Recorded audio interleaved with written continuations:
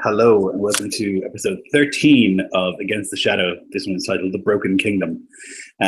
So when last we left our heralds, they had made their way from the Ettenmoors way out of the mountains and down towards Imladris, the last homely house. And there they recovered as best they could, and they spoke with Lord Elrond, trying to convince him to rally his forces and to help them defeat the Shadow, although Lord Elrond was not as receptive as he could have been.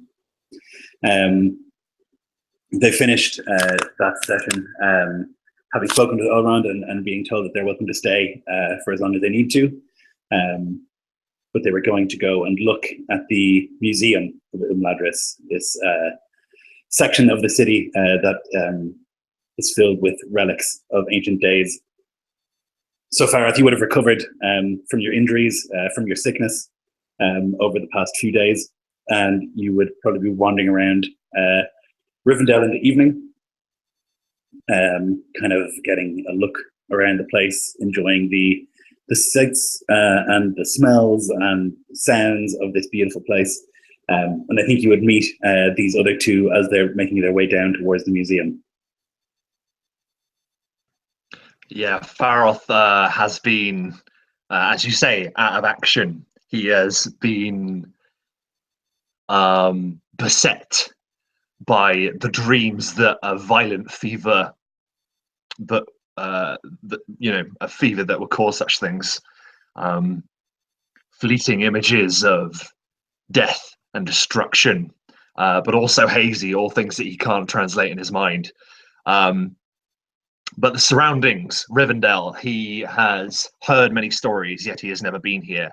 And its beauty and its tranquility is calmed him somewhat, and he smiles as he sees his companions. I'm guessing we're all sort of in that kind of loose clothing again. We sort of, obviously we need to talk about our wardrobe for about half an hour. So, but yeah, he's happy to see them. And he says, "Brothers, it is good to see you."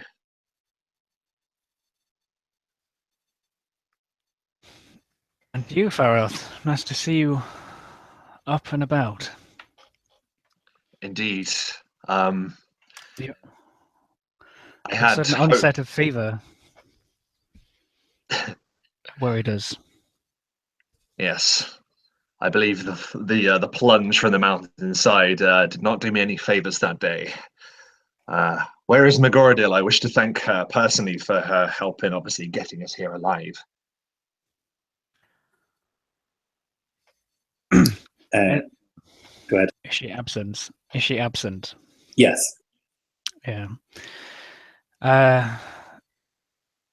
Unfortunately, Megoradil walks a different path to us, and she does not have time for the flights of fancy Elrond has given us. We managed to say some parting words, but I fear she's already left for her post. It is a shame. Maybe our paths will cross again one day, and I'll be able to thank her then. Perhaps we are. So, what in that news? direction. Perhaps. I then kind of, maybe having seen Faroth and got momentarily distracted, realised that I can't see where Beregond and Syrian have gone, and momentarily wonder. They were heading towards the Shards of Elendil, I think. Perhaps we should go check on where their mischievous hands have led them. You did not see the glitter in their eyes when such treasures were mentioned, Faroth, but I am concerned. Yes, I think we have every right to be. But forgive me, I've been abed. Were you able to speak with Elrond? I've just come from that council. He accepted what we've done, and what we need to do. I mean, I've not heard all of the stories of Elrond, but he did not. He seemed uncertain that he could rally his brothers and stop them from going to the west. I tried to implore him that we needed everyone, that men were not as worthless as he thought. There was still strength among us. You see a slight flicker of frustration, maybe even anger across Faroth's face for a moment. His mind going back to many an encounter they've had with elves now, where the strength of men and their unity has been brought into question. And he mutters, "It seems that our elf friends arguably could be as divided as we are."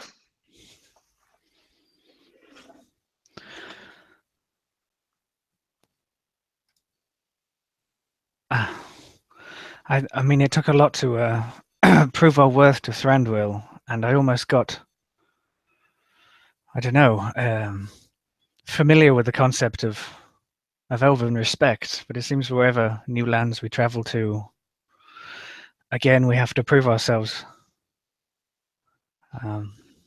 Yes.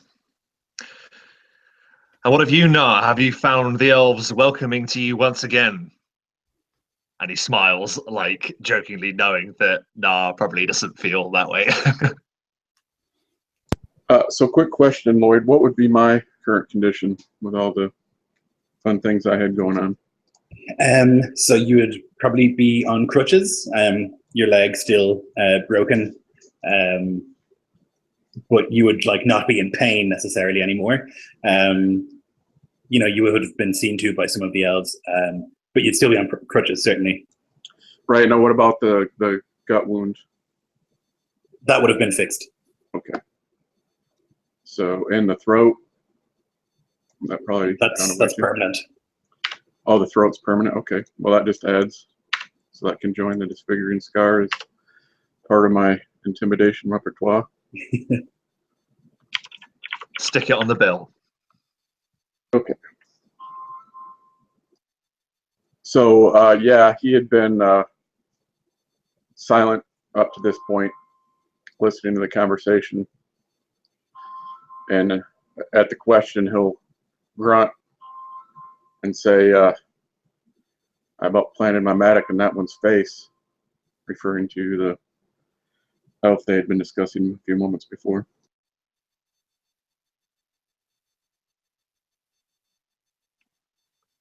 Faroth smiles and he says, "Perhaps we should see if we can join our friends. See if this museum is all that it's cracked up to be." Have you ever been here before, Faroth? I know some rangers of the north travel down here. Regrettably, I've not had the pleasure. I've heard stories. My father used to tell me of this place. I don't think he painted it in the best light, though. Faroth says, looking around at the wonder, the spectacle, the waterfalls cascading around them. He undersold it. Quite. I talked to Megoradil about just that. This place is so peaceful. It's like it's never seen the shadow. Never seen injury or corruption. It's like a dream. There was one thing from the council. Usually I've perhaps been your steadying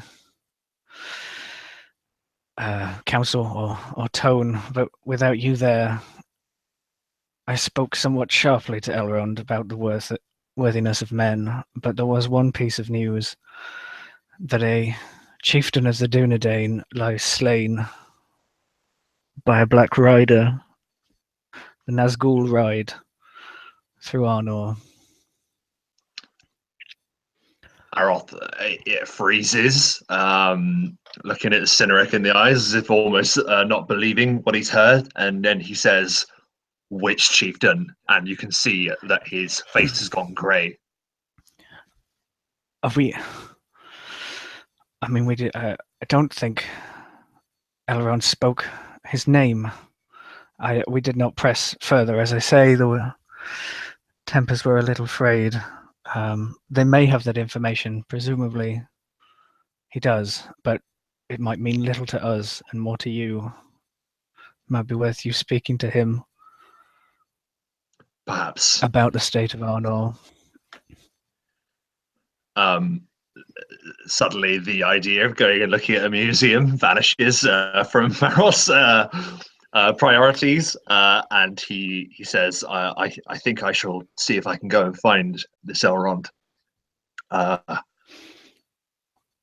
He may still Perhaps be I in can his join you chambers. later.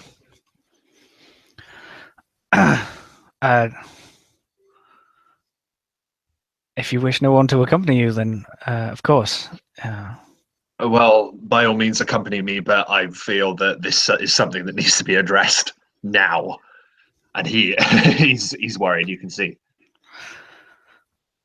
I look to know, because I presume I've been helping you in some way, little way. I'm sure you don't like being helped too much, but... Nar will nod. I'd rather pull another horse off a mountain and see that one, but I will not have you go see him alone. We are with you.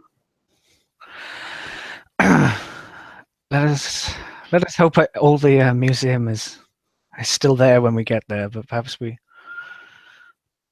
will follow you. I think the council chambers were just back this way, and then I'll lead on. Yeah, Faroth seems grateful as he has no idea where he's going, but is also, you can see there's a little bit of pent-up frustration. He wants to get there as quickly as possible, but politely keeps pace with Nar. Who's not only moving slowly, but is probably making a lot of noise while doing so. There's like a tense walk where you try to like walk as quickly as you can while also not outrunning your poor injured dwarf friend. And so there's like very terse sort of walk, and you approach the council chambers, and one of the guards there kind of like eyes you up. But he sees that you've been like, he recognizes two of you, and he kind of just like ushers you into the room. It's that same balcony that you'd been on previously, with the stone table at the center. And Elrond is kind of standing, looking out over the valley before him. And he turns to face you. Ah, Faroth, son of Fardred. Good of you to join us. Good of you to have us, Lord Elrond. And he sort of gives a bow, and he does the elven gesture of putting his hand over his chest. And he says, I do not wish to trouble you. I thank you for your care over these past days. But news has just been brought to me that one of my kin, a chieftain of my kind, has been slain by the Nazgûl. Who was it? You fear that it was your father. I had feared indeed, yes. No, it was not. And there's like a sadness in Elrond's face as he says, a different chieftain, a different line, the son of Arathorn, who fell. Faroth nearly staggers backwards, but he just about maintains composure, but you see horror dawning over his eyes. He knows of who he's talking about. The idea that Aragorn is dead breaks him inside. He didn't know him well, but he knew him well enough. And that paragon of his kind, the idea of him being gone,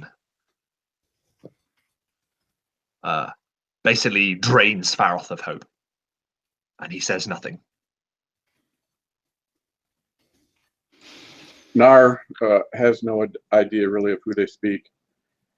So upon hearing the news that it wasn't Faroth's father, he releases a heavy sigh, not even realizing he was holding his breath, and kind of leaning on his crutches, he awkwardly, pets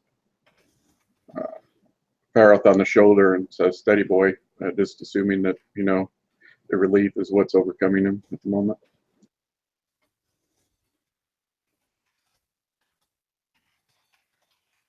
It seems that he was attacked on the road by black riders and was overcome. We have since retrieved his body, and he lies resting here.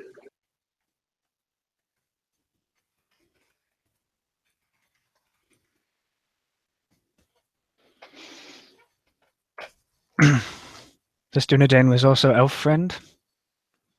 I imagine Sin has no idea who he is either. He was a true friend of the elves. He lived here for much of his life.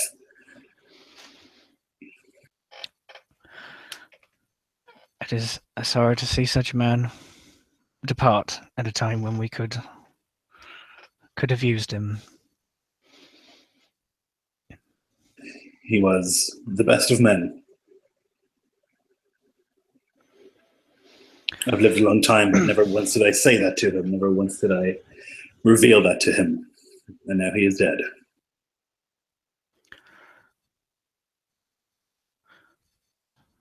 Perhaps I know where your despair about humanity comes from, where it is rooted.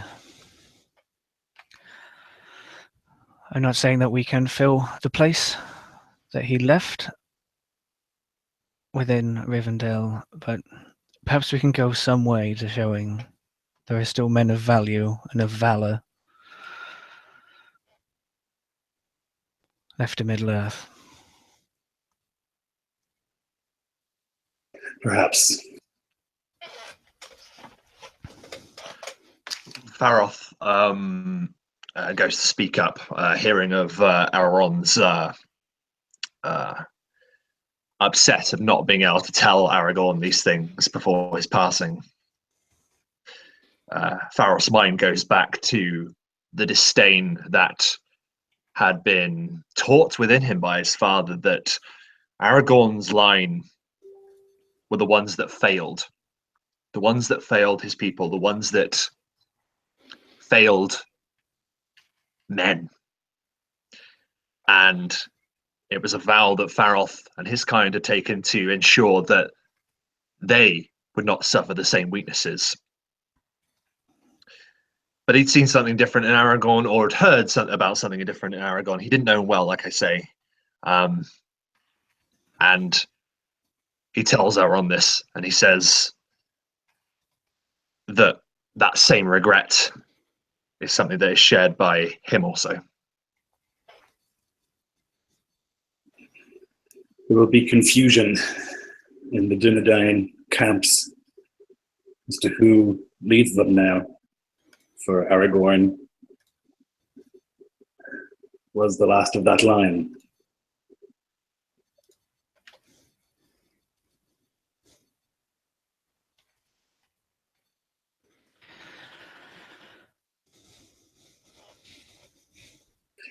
Well, perhaps they can... Excuse me, my lord, to speak. I do not mean to. I am melancholy, speaking of these dark things. When the world is so beset by darkness, it is hard sometimes not to just see it for such. But there is a light. And he's sort of looking towards Faroth. There are others. The men of Arnor, the lines of Dunedain could rally under. They're not all gone. They're not all past. And who knows what bright future they may yet wait in store. Faroth looks to Cynric and he says, I appreciate your words on this matter,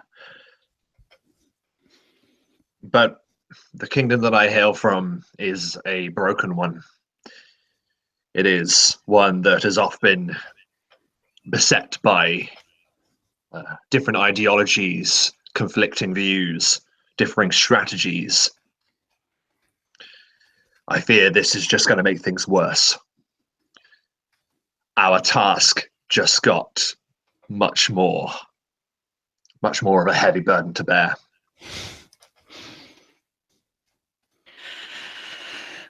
I mean, he looks to all the burdens that Noah is currently beset by and thinks of his own. If there is anything that we have become renowned for, it is bearing burdens. And after fighting Numenorians, fighting spiders and their ilk, troll kings, and climbing those misty peaks while hunted, I do not think anything in the lands of men could possibly break what we've forged. We can carry your nation's burdens just like we carry all of Middle-earth's. Perhaps you're right, Cynric. I like to think so.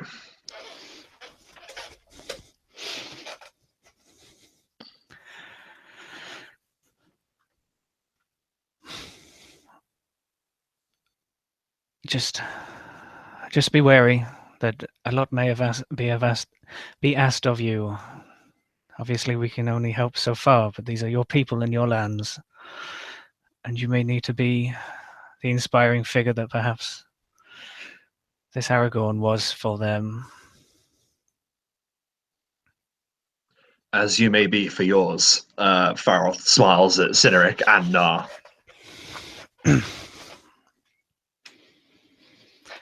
I think that kind of sets Cynric on a bit of a reverie. He's perhaps not thought about home in a long time, and the state he left it in, and the people he left behind, and how they knew him then as the mourner and who he is now. They may not, his own mother may not recognize him. Our time will come, each of us. I have faith that we will stand and see what needs to be done.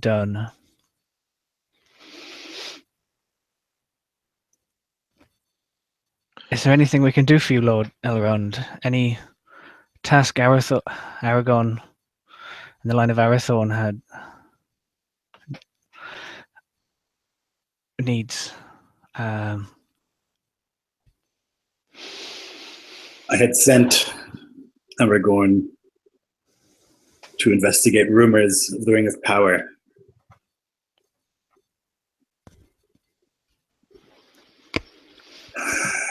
But your task is important, and I do not know that you would be able to find it. His skills were unique. We've heard of this ring, some mention of it, to keep an eye out upon our travels. Unfortunately, we have no intel about its position. Do you think, Lloyd, you might give me a shadow lore roll to see if Faroth may understand the link between the Nazgûl killing Aragorn and him looking for the ring? Like, would he know that that's why the Nazgûl are around? Like, they hunt the ring? Okay.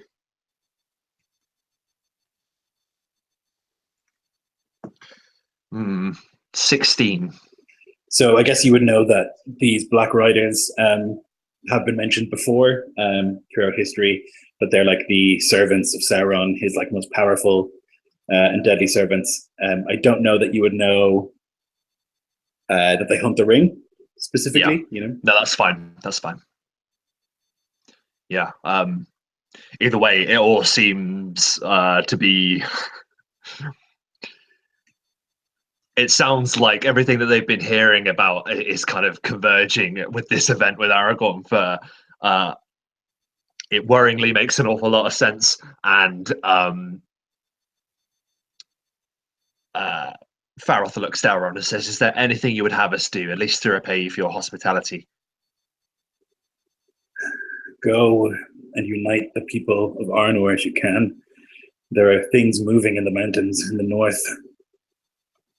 In Gundabad, in Kondum, in Angmar, there are things at work. And the might of elves alone cannot stop them. Nor will they need to, Faroth says, suddenly resolute, rounding his shoulders, snapping back into focus. He remembers his task. He knows what they need to do. He looks for the others, ready to go. Well, and find the others in the museum. Do you wish to pay your respects to Aragorn first? Those in the museum could wait a little longer. He seemed important to you. I didn't know him well, Cynric. I had trained with him, I suppose. Went on a few wanders into the wilderness, but I didn't know the man. But I knew he was different. I knew there was something special about him. And he was our chieftain, our ruler, our leader, our king.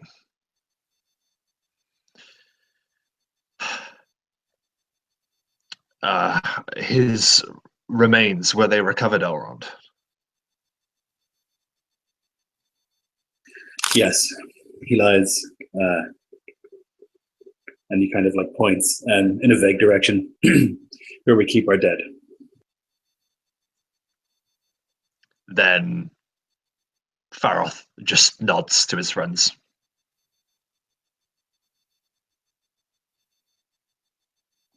And is about to go. He doesn't tell you whether to go or to come with him. He just starts slowly walking in that direction. It's almost like he kind of wants to get out of the way, weirdly. Sin gives perhaps like an arm across the chest and kind of like a bow to Elrond, having disturbed him again so soon, and brought up all these dark memories. And then he follows after Faroth. You make your way through Imladris and like up and up. You stop a few times asking for directions, and sort of sad-faced or grim-faced elves will point you to like a natural. There's like a glade of trees, and inside you'll see that there are tombs, grave markers, and things like that for many elves. Those elves who have died here in Middle Earth, who did not make it back to the west. And you can follow like through these lovely memorials until you come to a grave marker. Quite simple, not much ornamentation. There are flowers and stuff laid there, and kneeling there by the grave is an elven woman who is crying. Faroth stops short, seeing this elven woman. Does it seem like she sensed that we were coming? Did she motion like she'd heard us? Yeah, she definitely knows you're there. So Faroth says, "My lady, I apologize. I do not mean to intrude." She kind of looks up and wipes a tear from her eye. No, no, it's fine.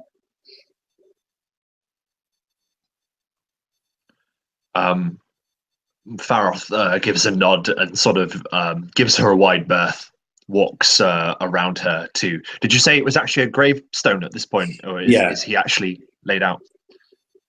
Yeah, okay, it's a gravestone. So he's... Okay. And he rests his hand upon it, and he sort of... he actually kneels next to it. There's an inscription. And what does it say? It says, all who after came there looked on him in wonder, for they saw that the grace of his youth and the valor of his manhood and the wisdom and majesty of his age were blended together. And long there he lay, an image of the kings of men in glory undimmed before the breaking of the world.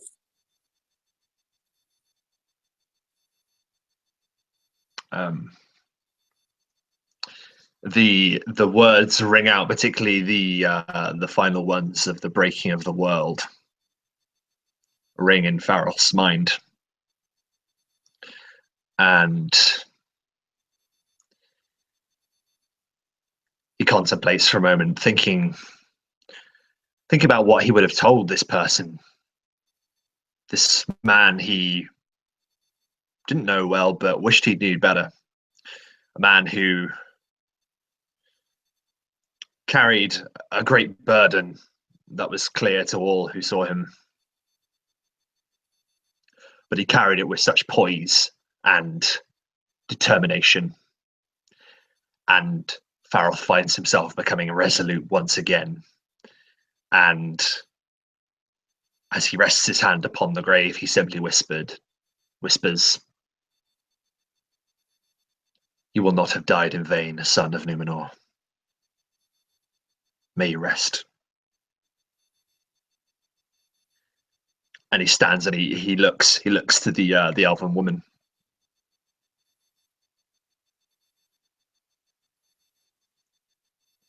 I don't know, you cut out there, I think. She has the look of the Noldor, like black hair, very pale skin, very beautiful. He doesn't say anything because he knows that no words that he could say would ever be able to bring this elf any comfort. He can clearly tell why this person is here. So he solemnly and respectfully bows to Arwen and leaves her to her grief. So you leave the monuments to the dead, and you make your way back down to the actual city itself, moving through some of the happier parts of the town, back through like a market square, on your way to the museum. I might, in the guise of helping Nar down as Faroth strides, with slightly straightened back and perhaps more determined a step ahead of us, sort of say quietly down to him, "I hope that was the right idea. I wished him to see the mantle that perhaps he will one day pick up."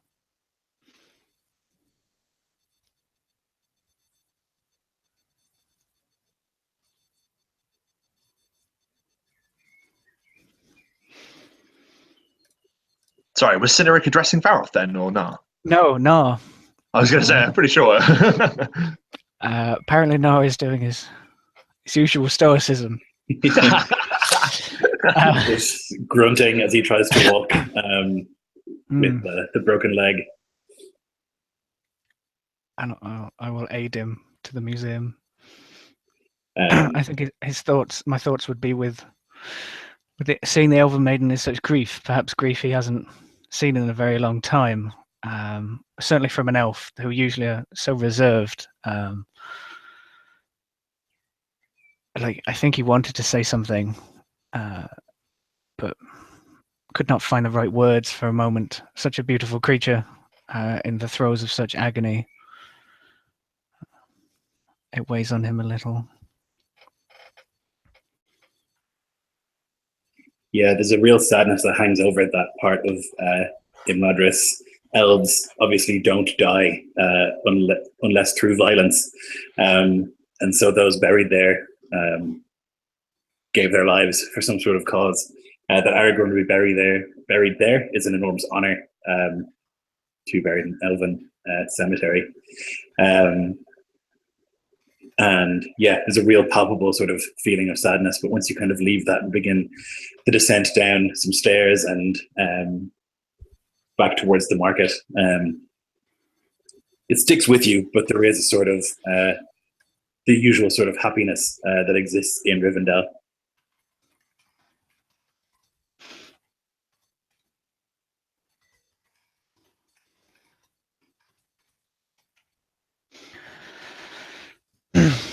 Perhaps the shadow does reach this place too. In some small way. No matter how far we try and escape it, everyone pays a price, bears a burden eventually.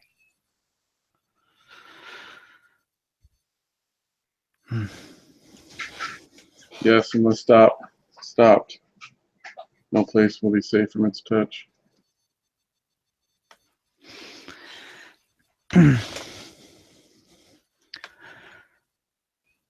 Well, I guess we shall go pay our respects to history now.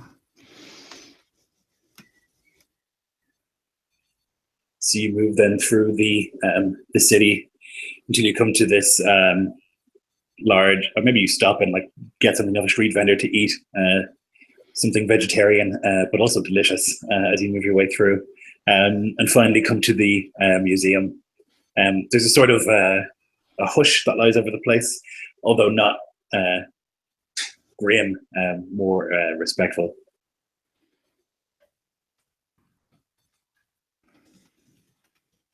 You go through this archway and down a staircase, and you enter into this like large circular room.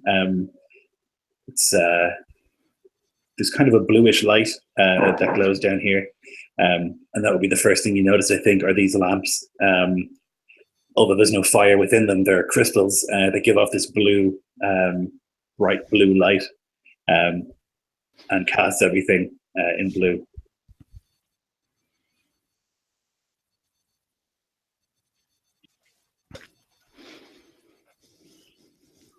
That timing, Kai, is unbelievable. And that is the best timing in the world. We've just gone into the museum to find Baragon looking at something. I'm glad that worked out. Yep. I appreciate you trying to stall that. That was perfect. That was just perfect.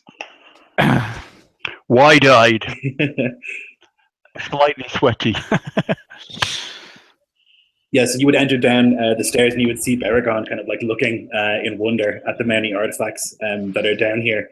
As I say, these blue lamps that are crystals that are giving off both heat and light, although there's no flame within.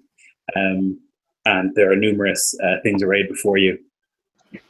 And as you walk in, he flinches as though he's been caught in some sort of secret act, and then just relaxes and smiles at you.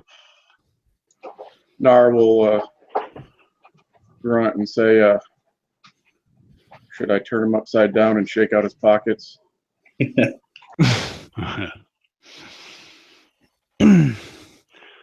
I don't think I've pocketed anything, he says, just feeling his pockets. Are there like little plinths with objects of varying quality along? I just checked to make sure that there were no empty plinths. And a little embarrassed, he then, after checking his pockets, he opens his hand and returns one of the shards of Nazgûl to the blade. So that's what you would look at first then. This sword broken into 6 pieces. The sword that cut the ring and the finger from Sauron the Deceiver. I think Cynric has like his arms folded, just like shaking his head a little bit, because the shards of Wade have been in the forefront of his mind, in most danger from your light fingers.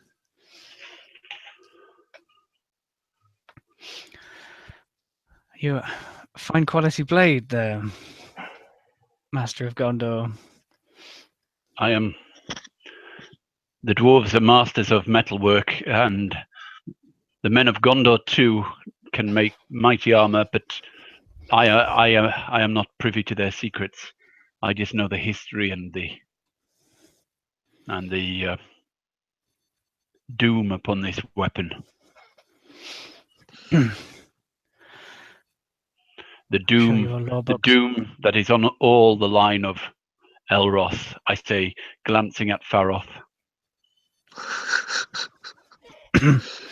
Faroth looks to Baragond, and while he is pleased to see him, he hasn't really been able to have much conversation with Baragond. Pleased to see him as he's recovered from his illness, but at that remark, his eyes just flicker slightly. Lloyd, do you reckon Faroth would have any knowledge of the link between the shards of Narsil and the line of Isildur? Yes, it's like, well, I think it's well known history that like the sword was broken by Sauron, but with the blade, they cut the ring from the finger of Sauron. Yeah. He ignores Baragond and walks past, and I'm guessing Lloyd is like the movie where there's the sort of the mural with the image of the deceiver, him raising that mace. Yep. And Isildur lifting the broken blade. Yeah, and he looks on it, and all of this is becoming a bit too much for him. Really, this is Faroth likes to keep thinking about his line and his heritage really to himself until he requires strength from it. When he cries Anarion in battle, for instance.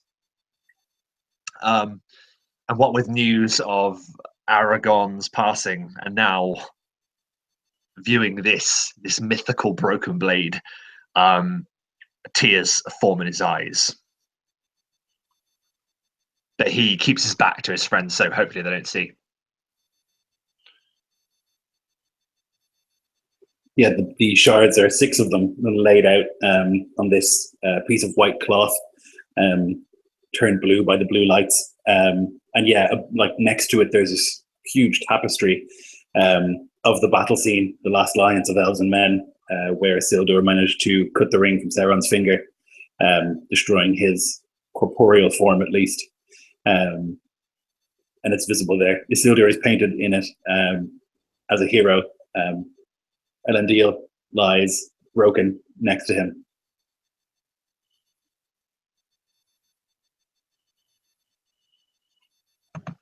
Faroth looks at the 2 men depicted on the tapestry. The victorious warrior, the hero of an age, and the broken man on the floor next to him. And he wonders.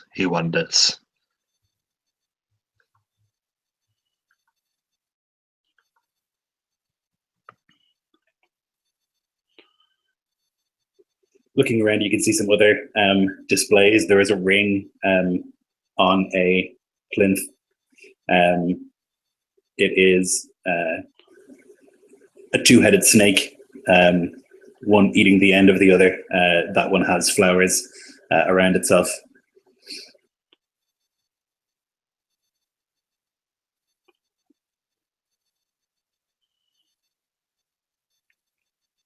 These lamps, I think you would probably have heard of. These are Fëanorian lamps. They are simply made by Fëanor, one of the ancient elves, and they have these crystals inside that glow. As I say, they give off heat and light, but there's no flame. They cannot be quenched by any darkness.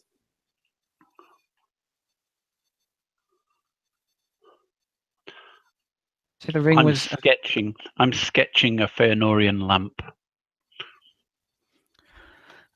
Did you say the ring was of a snake eating itself? Yeah, 2 serpents with emerald eyes, one devouring, the other crowned with golden flowers.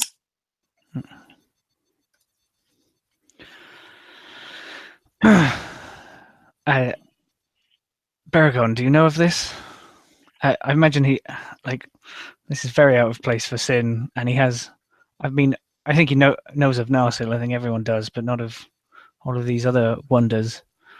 So he's just kind of doing that museum kind of browsing, meandering, looking at things he doesn't quite know or understand.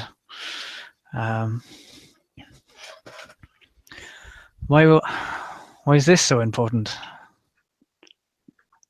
So Baragond tears his eye. He almost can't pull his eyes away from the lamps of Fëanor, but he sort of glances round, looks at the ring, and and considers for a second, looks back at the lamp, and then sort of, it's like he's drawn to the ring.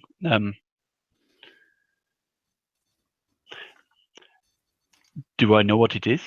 You can make me a history check. Yeah.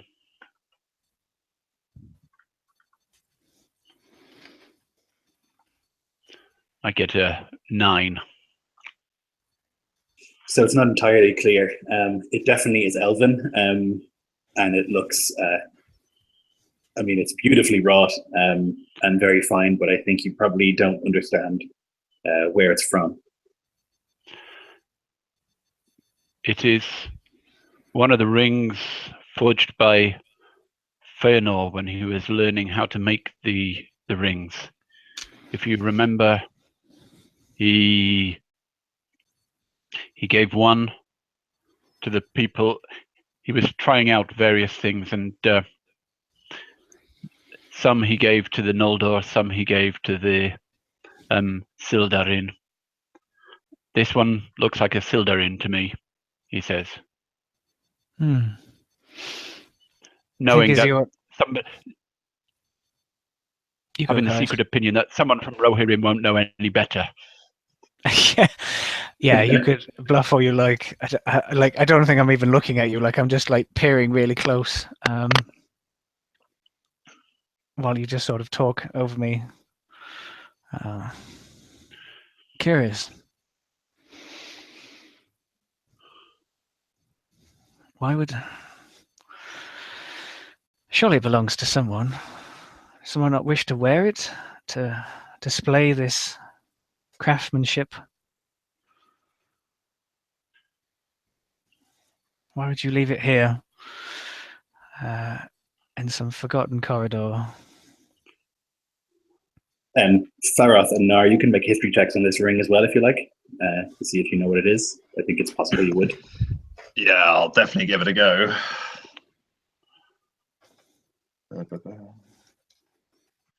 Okay, so that's a 13 on the die. Let's see, history.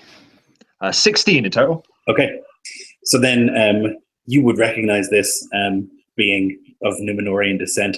This is the Ring of Barahir. It was a sign of friendship between Finrod and the House of Barahir, which is like one of the houses of Númenor, the house that stayed loyal and faithful and did not turn to the shadow. So it's like an alliance sort of gift between elves and men. Yeah. Faroth looks at it, and obviously it's fitting that they're now looking upon it now when the trust and the allegiance between elves and men is so strained. And he gets this sudden flash, and he feels almost a little bit like Baragon for a second, where he almost kind of wants to take this thing up in his hands, to bring it with them, to perhaps use as a gift to represent that they wish to reunite the forces of men and elves against the shadow. But he resists. I think you'd also know that this is like one of the oldest crafted objects in all of Middle-earth. It's older than the Rings of Power, for example. It's Okay. Yeah, it's extremely ancient. Yeah.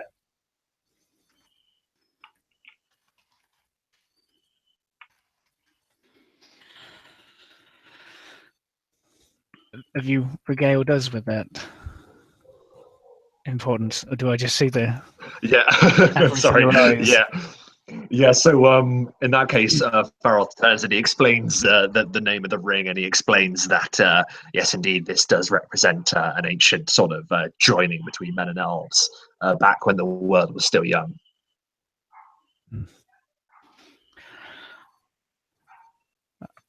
Perhaps we could take it as a sign.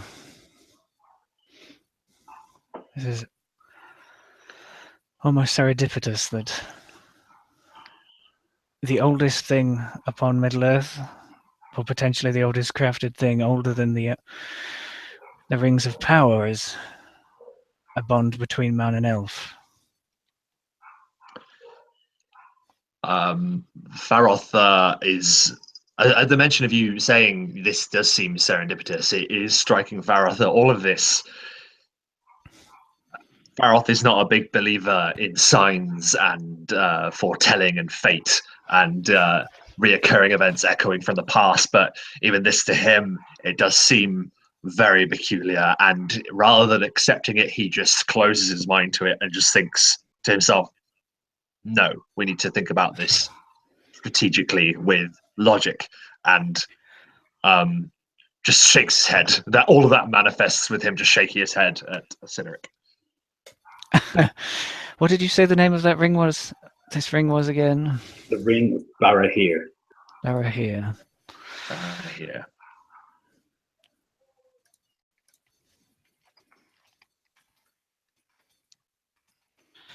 Perhaps mere mention of this ring will be important enough. Enough to forge some alliances. True. It's not as if anyone appreciates a gift being given back. If it's here, surely it was meant for the elves. I know, I do not mean to take it. I just mean to, if we invoke it, surely this thing has power. I know, Cynric. I know. I was just considering it myself. That's all. And he shoots a look over at Baragond.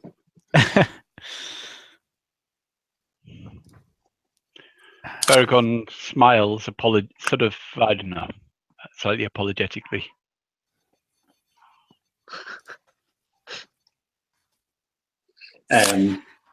Looking. Go ahead. Sorry. Go ahead. I was just going to say I would have my own time once Faroth has stepped away from the shards. And I really want to run my finger down them and go, still sharp. No more than a broken heirloom. But with some respect, more respect, but I'd still test it. All of this finery and stuff is not the life of Rohan, so I'd be curious more in the practicality of those blades, that they are still sharp and deadly even all this time. Yeah, absolutely, no question. Like a razor. Maybe that bodes well. That the craft of elves and the lineage of men is still sharp after all these years. I defeated the shadow once. We shall do again. I think he's just saying those words sort of to himself, like other people could hear, but they're more just musings. And as Cynric's saying that, Faroth is actually just walking away from the rest of the group, but as Cynric says that, he pauses slightly in his step and then carries on walking. So the other big display that you would come to is a scepter. It's kind of almost a staff, quite long, and it's inlaid with these beautiful sort of floral designs, but notably a tree and stars dotted around the top. You would recognize this immediately, Faroth. It is of your country. It is the scepter of Anuminas. It was the chief emblem of royalty in Arnor, and it was used in Numenor by that same family, the House of Barahir, as like instead of a crown. And so when they founded Arnor, rather than having a crown, which Gondor had, Arnor had the scepter, and this is that very same scepter. Faroth, obviously walking to this next display, this next podium, looks down at the scepter and recognizes what it is.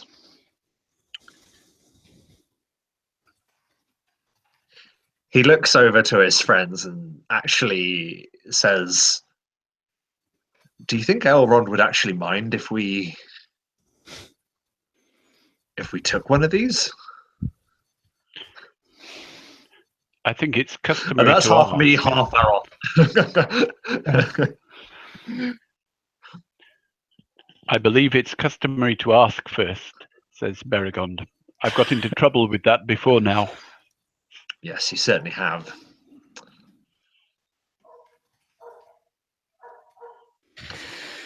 Do you think they're simple could unite your people? If it would help in our task, there is no ramifications to asking, surely. I think we certainly should ask. Yeah, the only thing I'm unsure of is as to how my people would take it, as many are like me, and they do not put much stock in simple trinkets and forgotten heirlooms. These are not simple trinkets, Ranger. These are some of the greatest treasures in the West, built by wiser men than are around in these ages. And to symbolize something greater than the muddied reminders of a kingdom that you so proudly stake a claim to. And then he bites his tongue, and walks out. Faroth stares at him with a mixture. It's weird because he knows he obviously triggered Baragon, but at the same time, Baragon's words bite at his heart, and he has to do everything he possibly can to not scream after him after the day he's had, after realizing such truths and being confronted by such harrowing portents.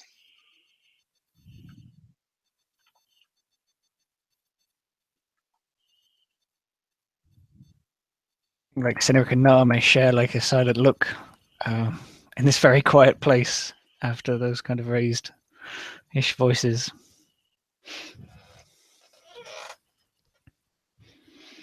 Wearing a crown does not make you a king, nor does holding a scepter make you a king, Faroth, son of Fardred, says Elrond as he comes down the stairs.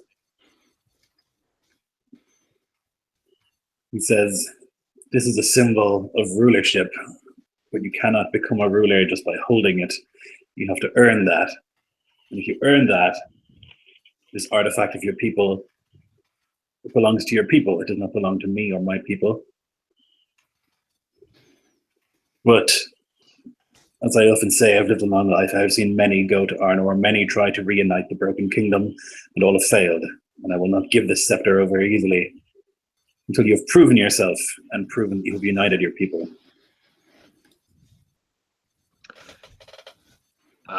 Faroth turns to Elrond, head bowed, and he says, what can I do? How am I to convince them?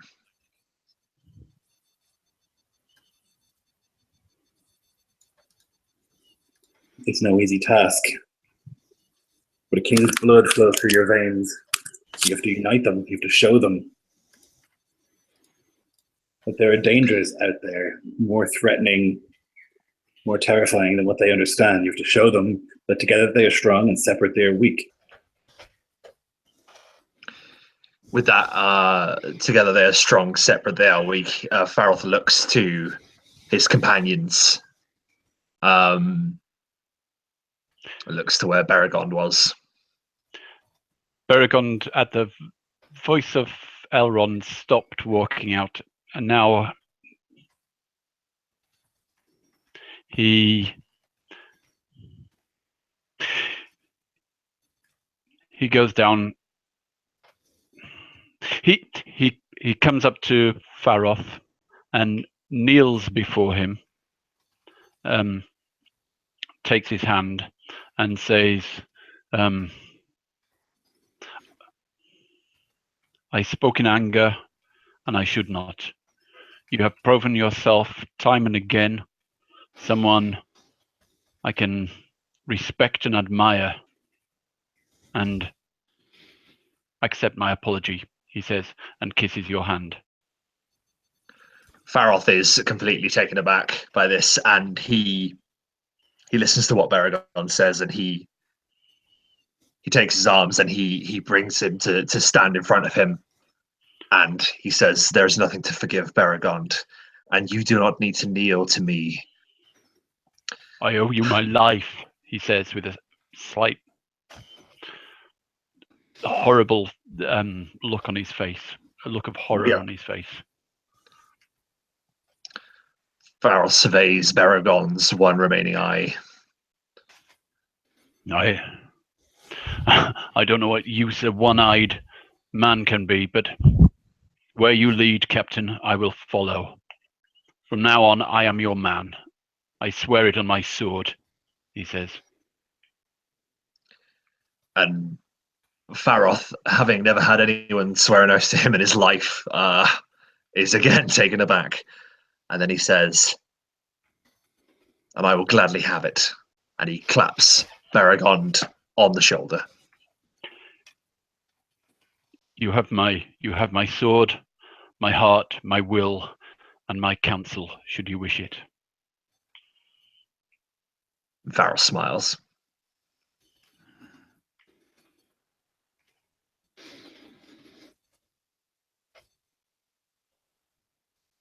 I think Cynric shares another look with Nar at this point, in case he's going to be emotional.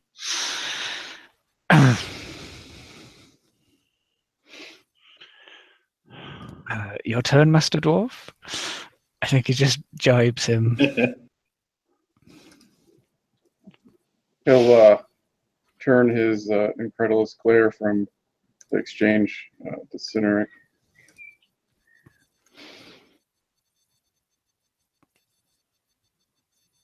Faroth, it's clear that you did not anticipate having a role, the role that you now may have. I do not know if you were groomed for this, if you were raised for this. But it seems that events have conspired and Arnor needs you. Men need a leader.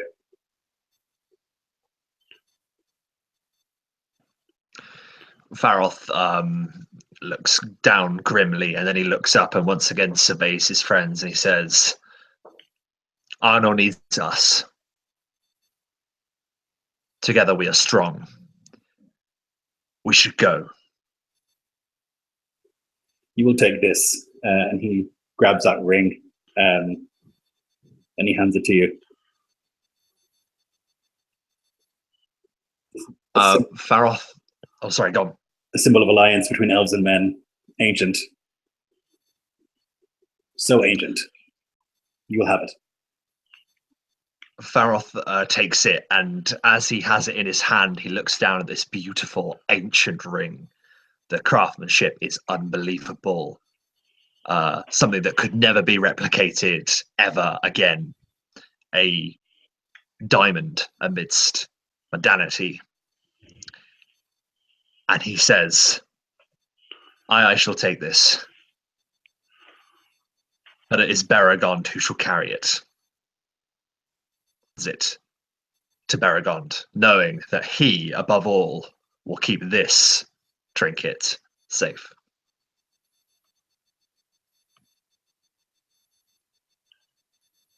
Baragond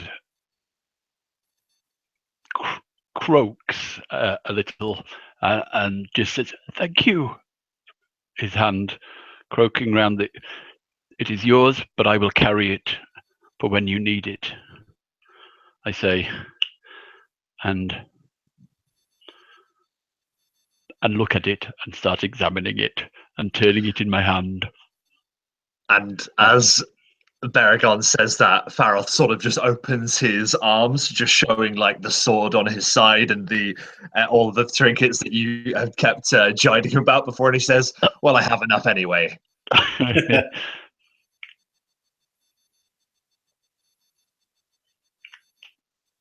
He smiles.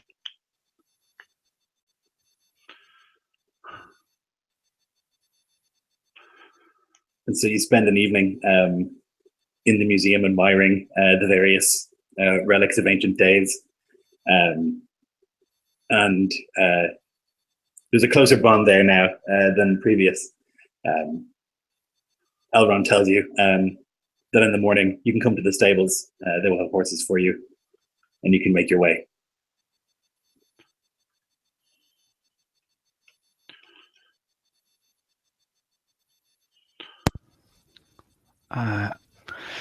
I fuss CRO a little bit. I'm sure she's been well fed in these pleasant holes, and I make sure that we're adequately supplied. I think we'll never. I'll never not like fastidiously check the bags again after going over that mountain. I'm afraid, my girl, our time here is at an end. I must venture out again. And he kind of pats her down. I'm curious as she's presented in her like liquid silver coat. I think Cynric could be looking to see how many eyes that draws, and he might get a little bit of pride riding out surrounded by these elven steeds. But Ciara perhaps being the one that draws all the attention. Yeah, unquestionably. Like when the sun catches that mithril chain, it's like she's made of light, just this gleaming, like a figure from history, from legend. And there's a lot of admiring eyes. Hmm.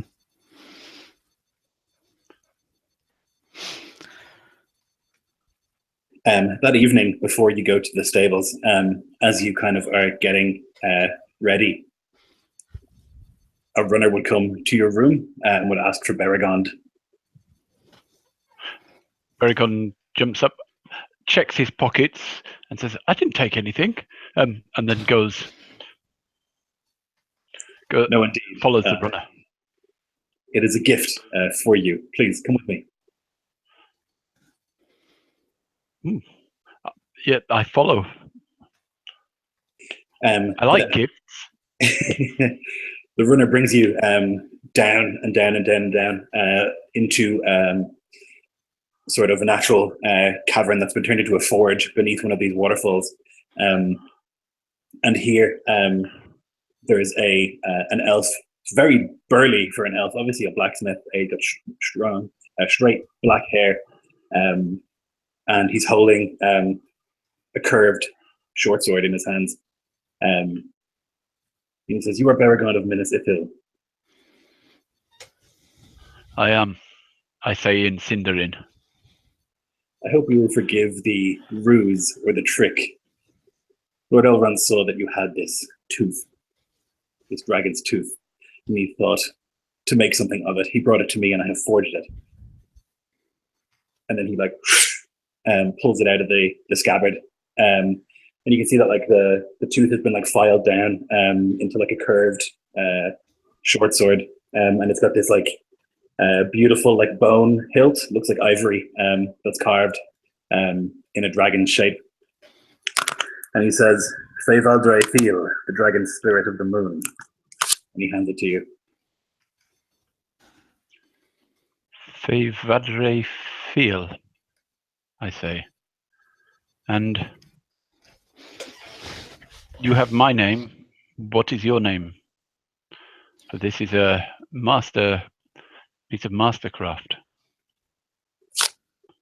I am Kirthanga. I am the smith here. I have been smithing here for centuries upon centuries, and not once in that time have I seen a dragon tooth. It has been a pleasure to forge.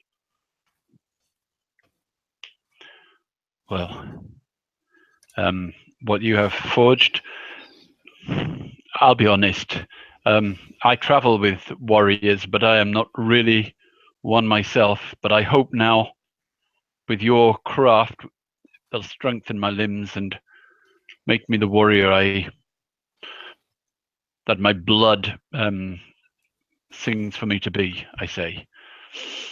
I stand up as tall as I possibly can, but and give a few swings of the sword, and then say, "I thank you." That is all I can say. That is all you need, say.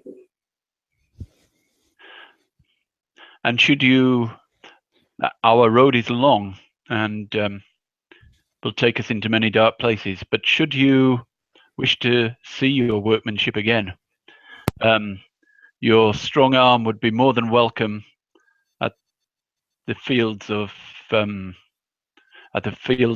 Guldur. I'll tell him on the date when we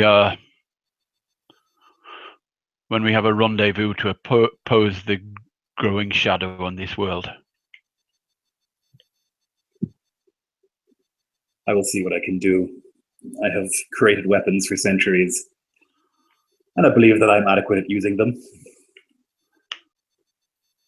I have no thoughts of going to the west, not yet. I'm young. Perhaps I will see you there, Beragond of Minnesithil. Castangir of Rivendell.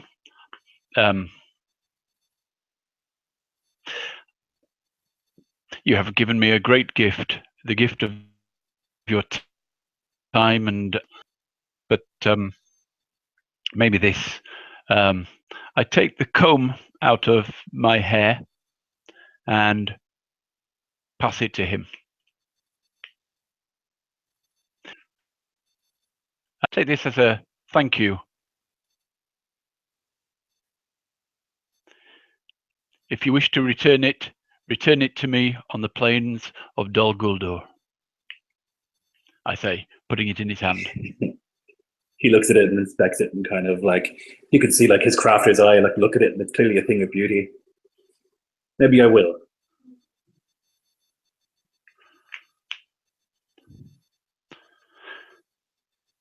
Can you repeat, or can you spell the name for me, or have you done it already? Yes, 1 second. So the name of the sword is in the chat, and his name is Gersanga. Ah, cheers, yep. Cheers. No problem. So yeah, you received this beautiful sword. And before we go to the horses in the morning, we're just going to take a quick break so I can make a cup of tea and go to the little girl's room. We'll be back in 2 minutes. Nice. Right on. Oh my god! Have you got a song for us, Caius? I'll be right back. I'm going to get my coffee first. I need to warm up my vocal cords. Sure, go for it. This is awesome. Gifts. It just means that whatever he's got planned for us is worse than last time. Yes, more gifts.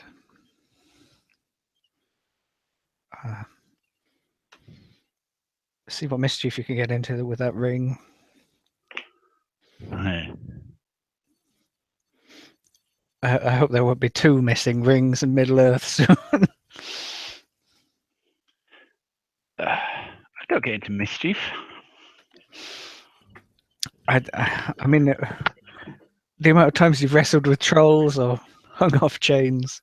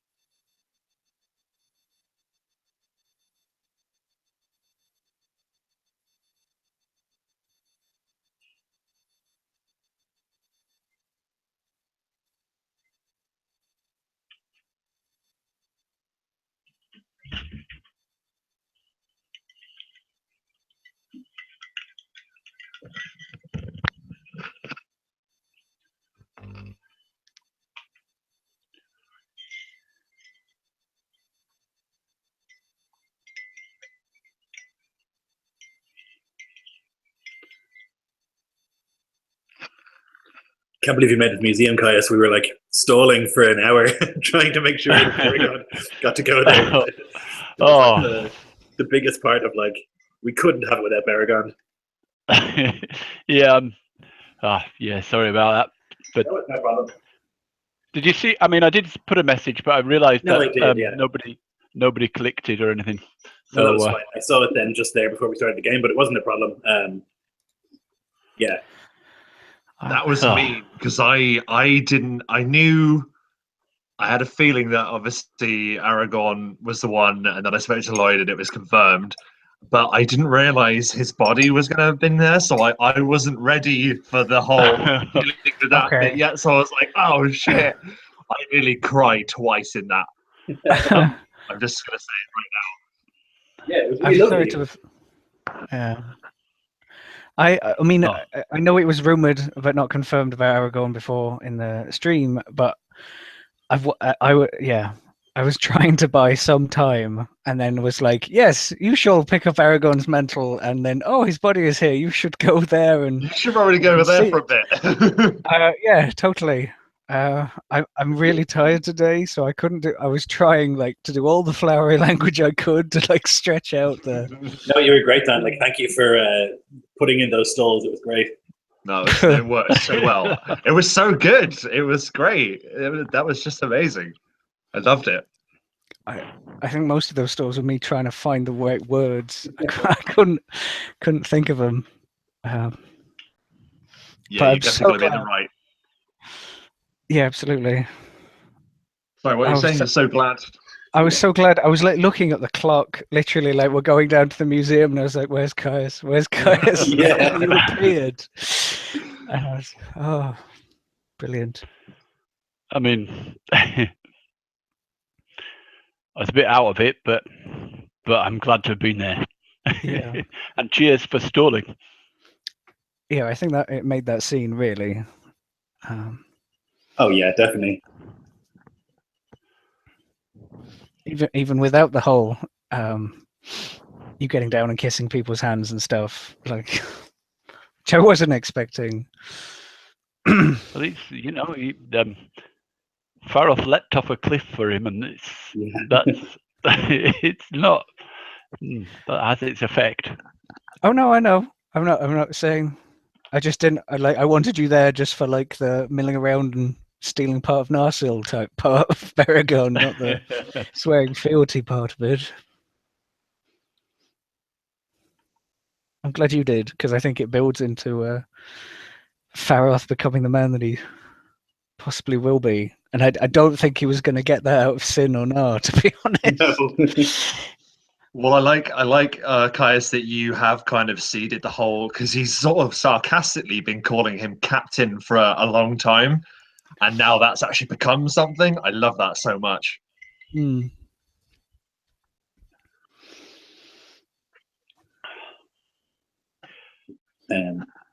So then in the morning, after you've had a rest, you meet back up with Erlandor, who looks like a different man. He's had a bath and a shave, and he's eaten a lot, basically non-stop since he got here. And he's kind of filled out a little bit, and he's dressed in sort of elven finery. He looks every inch the Ranger of the North that he's supposed to look like, much more appropriate for his talents. And he would meet you at the stables. These are just these enormous, beautiful stables set up for the horses. And as you say, Cynric, there are lots of kind of like oohs and ahs when the armor is put back onto Ciaru, and a lot of eyes being drawn in that direction. I think, yeah, Cynric like understands that this is a ridiculous gift of fine craftsmanship without being like a blacksmith or much of a blacksmith anyway. And I think he obviously doesn't have a lot for himself. And I think Rohan of the Rohirrim is a culture of modesty, and they don't go in for such grandeur and all these trinkets and baubles, but he gets a little glow every time someone's eye sort of lingers on Ciaro. And I don't think he has any idea how much this armor is worth. Like the worth of a small kingdom. Yeah. Yeah, guys? Probably about the worth of it's huge. It's hugely valuable, isn't it? Yes, I think they said, I can't remember the exact quote, for a hobbit-sized like mithril chain. That wasn't like the wealth of all the Shire. Yeah. So this horse-sized amount is probably like good Rohan or Gondor, the West. He has no idea that it's worth quite that much, and he mounts up and under everyone's eye. Like I said, I think he is now fastidiously checking all of those packs after the mountain that he never wants to run for days hungry like they did before. Catch up on all those elven supplies that they're probably grown attached to. The stable master brings out 3 horses. He actually brings out 5, one for Erlendur and one for Syrian as well. And they're bridled and saddled. And he calls forth Nar first. Master Dwarf, this is Oscariel. It's a grey mare. A little bit smaller than the other horses to better suit your stature. And she is saddled and ready to go. Nar will move forward, eyeing the animal suspiciously. His eyes narrowing just slightly as they flick to the speakers. They mention something regarding his stature. Eyeing them for a moment before he moves closer to inspect the steed. She gives you a slight headbutt, like a playful one, as you approach. Haha. He'll give her I don't know if it's for him, a pet as he turns with a grin to the others.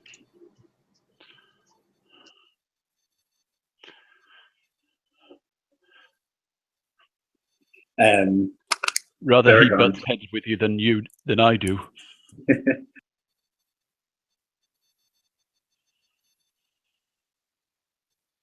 He waves you forward, Baragon, and there is a sort of bluish-black stallion for you.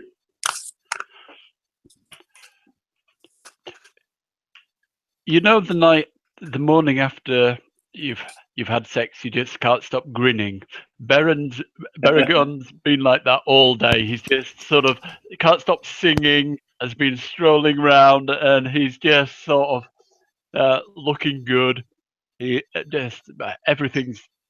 got an extra sort of jump in his stride, and he looks at the horse and again, I don't know what to say, but thank you. Except, he says, I value your gifts, but we will twice or thrice value your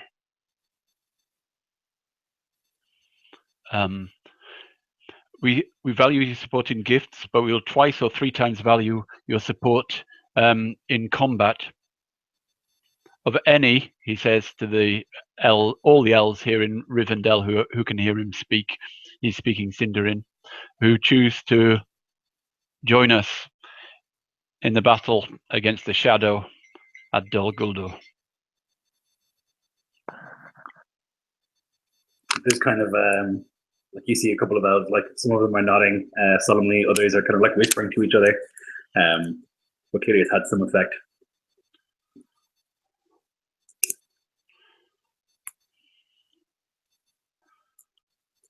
Faroth, you are called forward towards a enormous white stallion. Valley.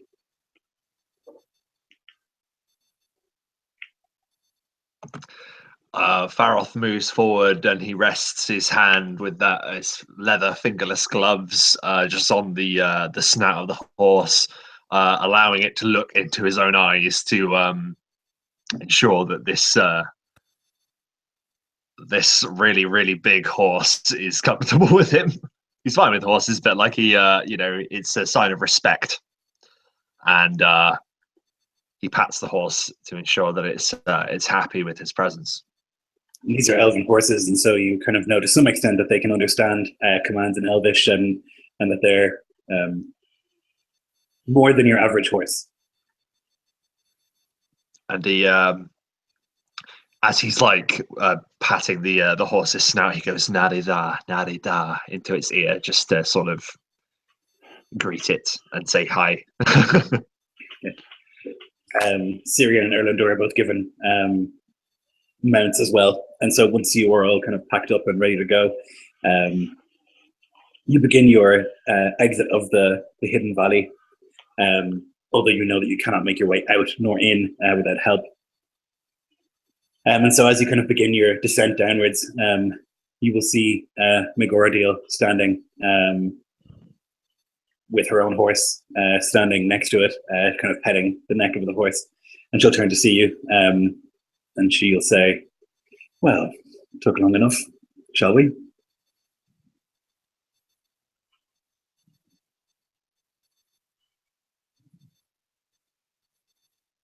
And so she guides you through these invisible passes that you cannot, only really the native elves of Rivendell can find these paths. As I had said last time, often you have to come to like a dead end and see a hidden path, and Megoradil kind of leads you unerringly through them.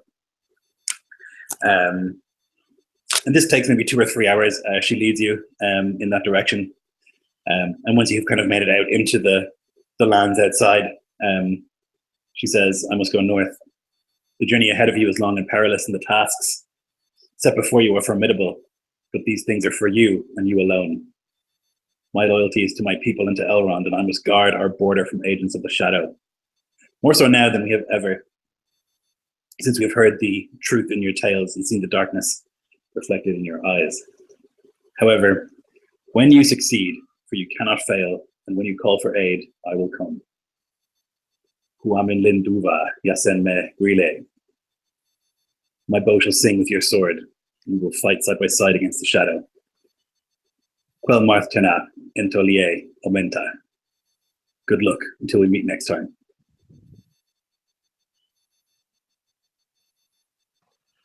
Faroth responds by saying, "Nethni sunaridano endose Megoradil," which translates as "You will guard your borders well, Megoradil of Rivendell." And with a respectful nod, he turns and leads his horse away. And so she heads off. Sorry, go ahead. I was just going to say, after all this exchanging of dramatic words and Elven, Cynric will just kind of wave an axe in her direction and as he's sort of rallying Ciaro, "Happy hunting!" And then he trots off after Faroth. Perfect. Yeah, so she thunders up northwards. Your path will lead you west.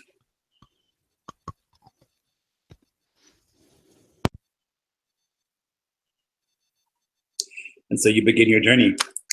You move along the path from Rivendell, through forests and through the Trollshaws where you had previously met that lovely friendly troll that Baragon bested in a drinking contest. Now that you've rested and you're healed, you feel kind of a little bit less wary traveling through these woods. And it's surprising to you, the days kind of pass without incident. Your camping at night is pleasant, and Erlander kind of continues the hunting game that he started on the way here. Even though you have plenty of supplies, nonetheless, each night he will basically say, go, and then he'll run, and anyone else who decides to go will have to run as quickly as they can and try to catch something to bring back. And it keeps your spirits in the air as you go. The days are kind of long and lazy, and as you ride, you can play games to pass the time. I Spy with My Little Eye, that kind of thing. As you're just wandering through these rolling hills, and nothing untoward happens. The weather is pleasant, and it's about 3 days after you've left Rivendell that you come to a stout stone bridge. This bridge is the last bridge, it's called. It's the only bridge that crosses the Horwell River. There are 3 arches that support the bridge. It's incredibly ancient, said to be here as long as the road that goes from east to west. But there's no plaques or statues adorning it, just a simple bridge that has been here for untold thousands of years.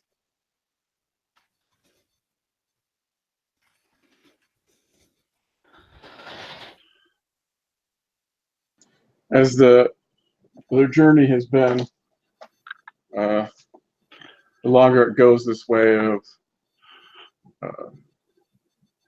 kind of frolicking, lazy, the more sullen and brooding Nar becomes.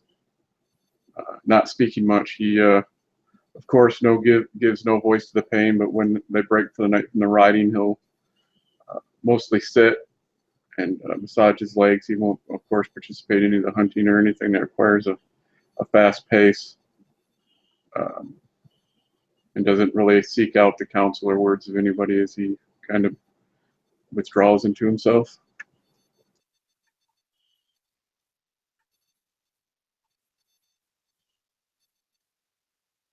And so you cross this ancient bridge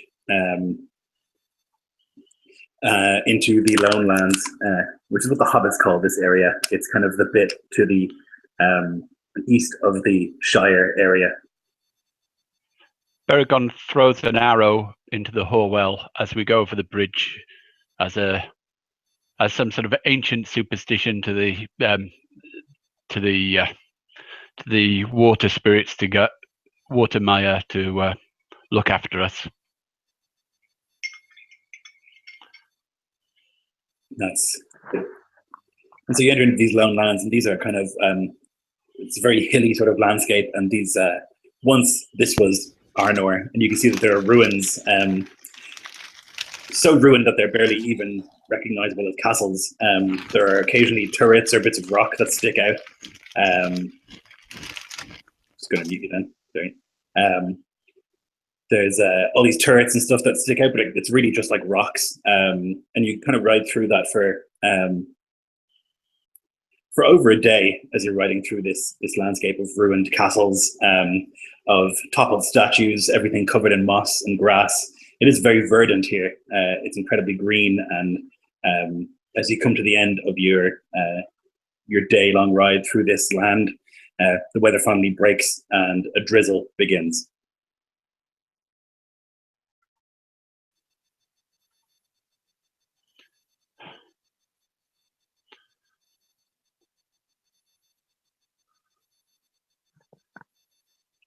We get real rain in Gondor.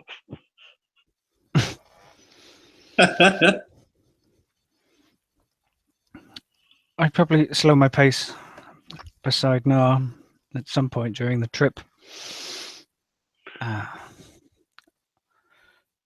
What ails you? Nar rouses from his thoughts, turning to regard him. I am fine. What do you speak of? He says rather gruffly.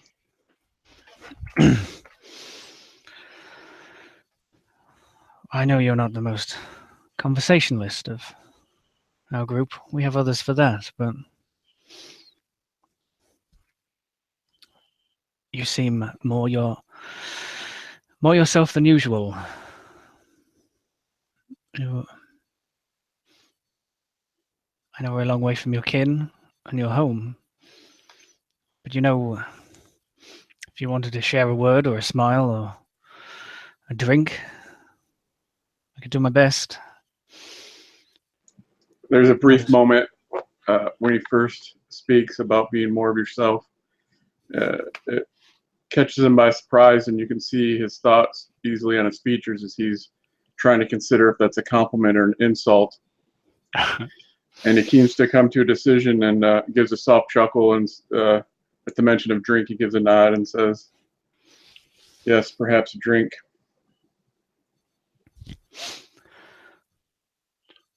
I think I have a little something saved from somewhere, but not as fancy as all these bookish types. We both come from backgrounds of war and blood and loss. If you ever feel you need to share a story of those times, then you have my ear.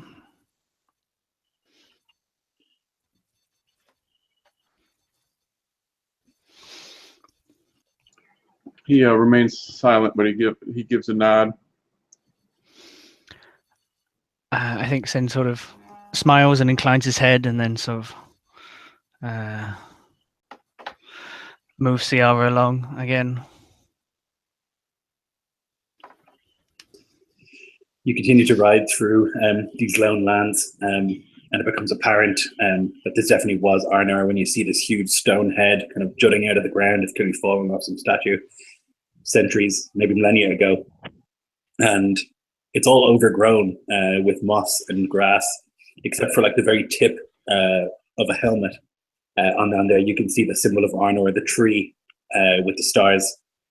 And as you kind of like see that to your left, you can turn and see to your right a watchtower, the watchtower, Nazgûl, Weathertop, the watchtower that has always, or did always for a long time, watch over Arnor and keep it safe.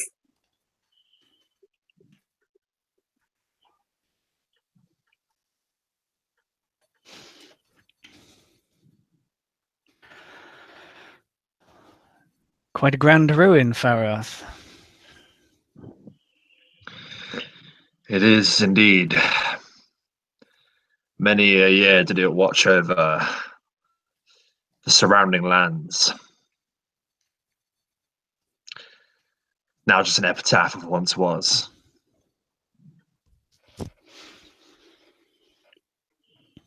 Yeah, you can kind of see the hints of a structure, you know, but like the crenellations and stuff are like ruined, and so much of it lies now damp and covered, as everything else here, with moss and with grass. But there is shelter there, at least. Faroth does look to his companions, and from that, Lloyd, am I assuming then that we are coming to the point where we are going to need to rest for this evening? Yeah, it's evening and it's started to drizzle. Yeah. Faroth looks to his companions and says, "We shall find shelter inside, and perhaps we can even risk a fire with a cover."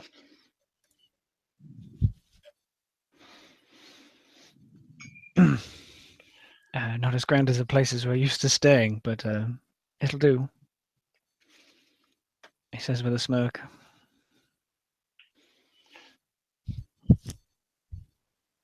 And so you make your way up towards Nazgûl. You can kind of take the winding path around and work your way up into the structure itself. At the top, there is like what was once the top of the tower. It's pretty high up. It's a couple of 100 feet. And when you get to the top, you can see that there are stairs leading in to structures beneath. Looking through those, you can see that it's really a lot of, like, at this stage, like packed earth. Lots of the stone has like collapsed or crumbled, and there's earth all over the place. Everywhere there are plants, nature has almost fully reclaimed this thing, and there are even some stray trees growing out the top of it.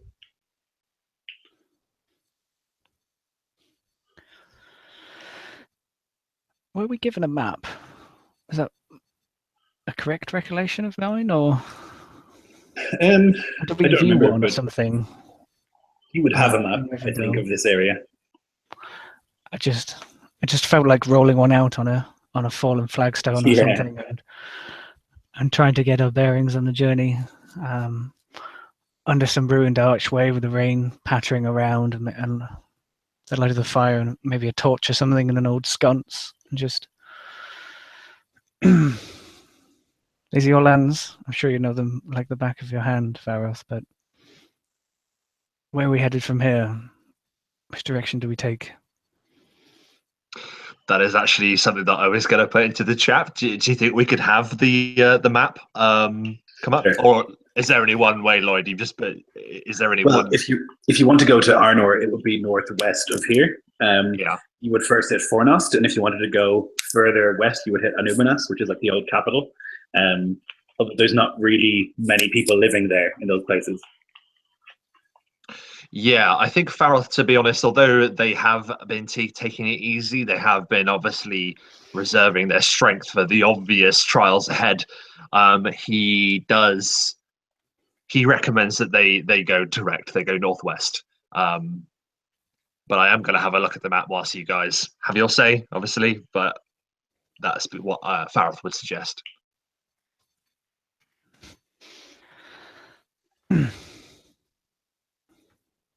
What kind of dangers can we expect? Mindoron. Sorry, go on. No, you go. Baragond, what is your suggestion? Mindoron, says Beragond, looking down at a pale shrub. It said this only grows out of gold, and he starts digging at the roots.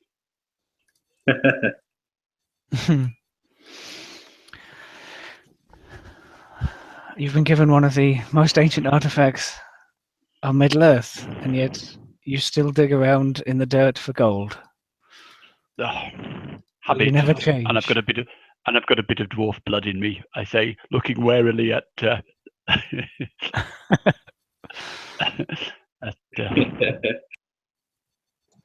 Perhaps we should take a look and make sure. I keep a distance.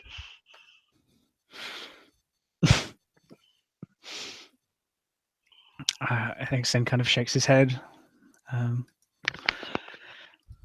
Maybe some like a shower of water droplets or something off his soaked hair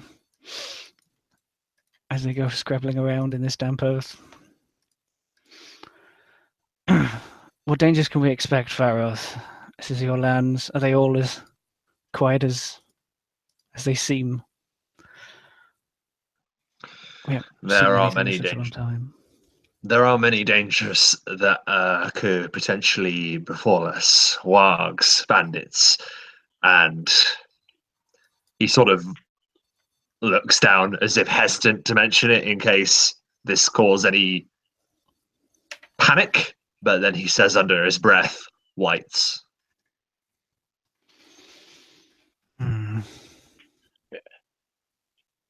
Baragon stops digging.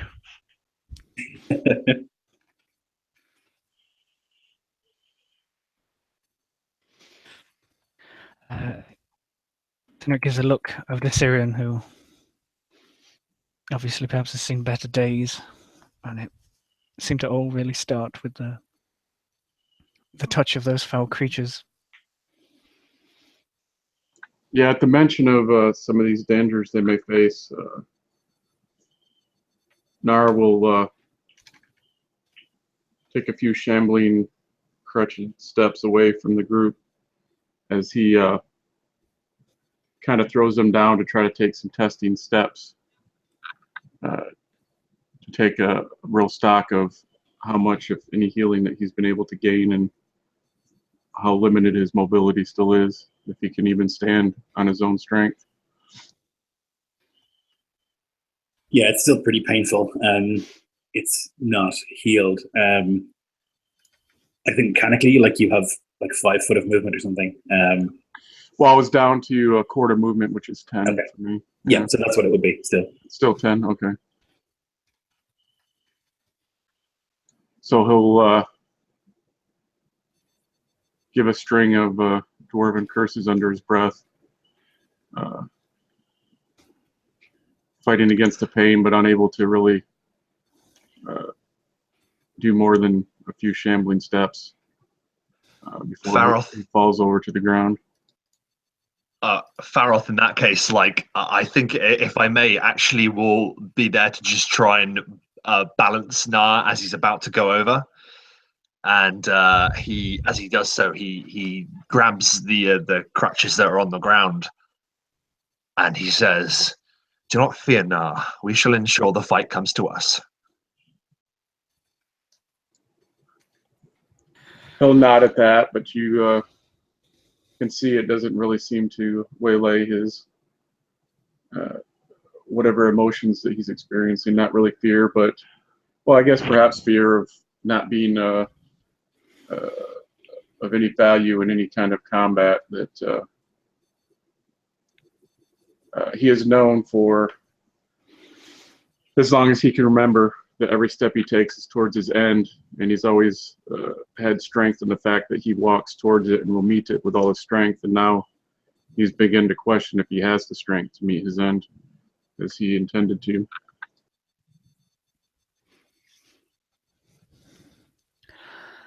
As long as Ciara lives, she lives to carry you, Master Dwarf. If you cannot see yourself to the lines of combat, then you shall be carried there. She and I both owe you that much. And I cannot give fancy gifts like these countless elven halls. I cannot give you the heirlooms of realms long gone. But what I can give you is a helping hand.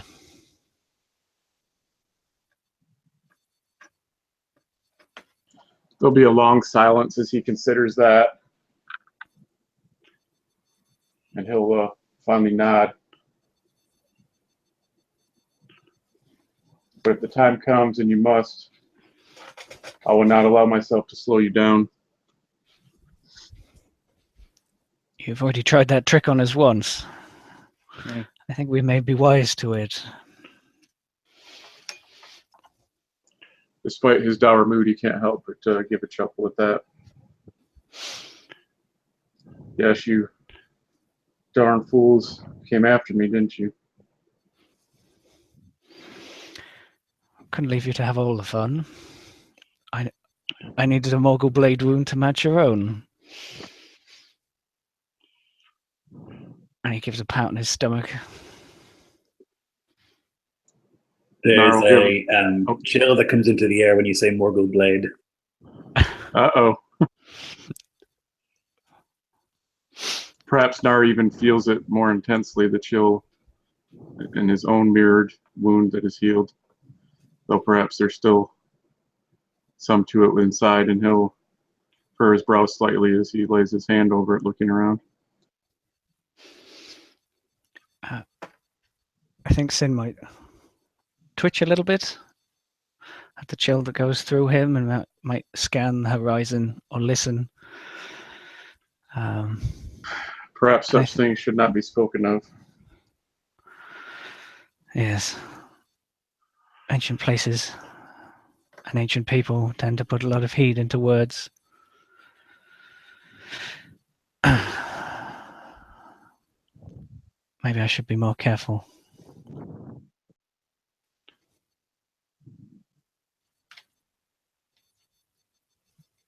And so you spend some time looking over the maps. Have you decided where you would like to go with the kind of?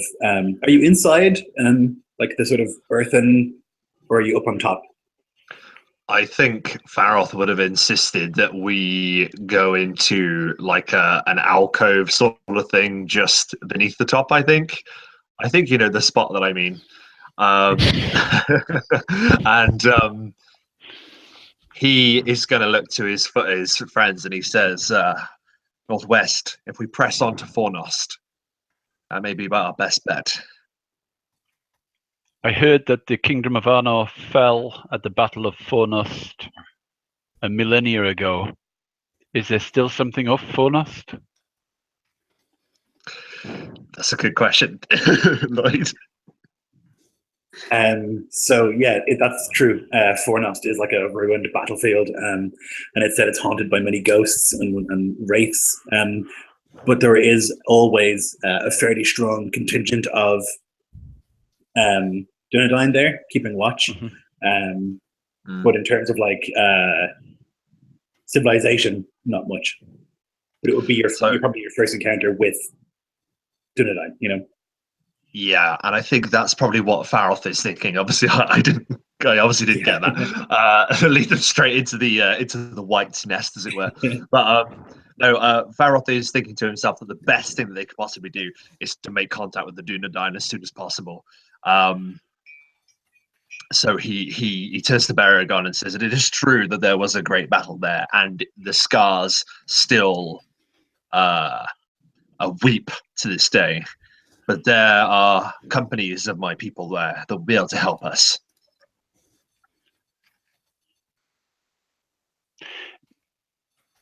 In the past, I, confident in the strength of Gondor, I may have laughed at the ragtag numbers that you have up here. But if they are anything like you, each man of the Dunedain of the North is worth a small army.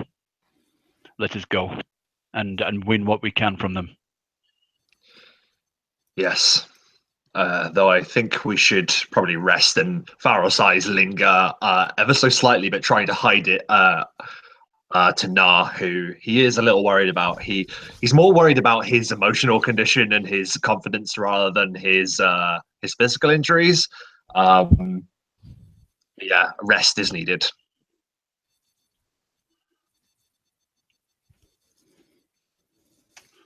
Okay. So you spend some time looking at maps and planning the route to Fornost. Are you going to keep watches? Baragon's effort to raise Nah's spirits is to ask if he can spar with him.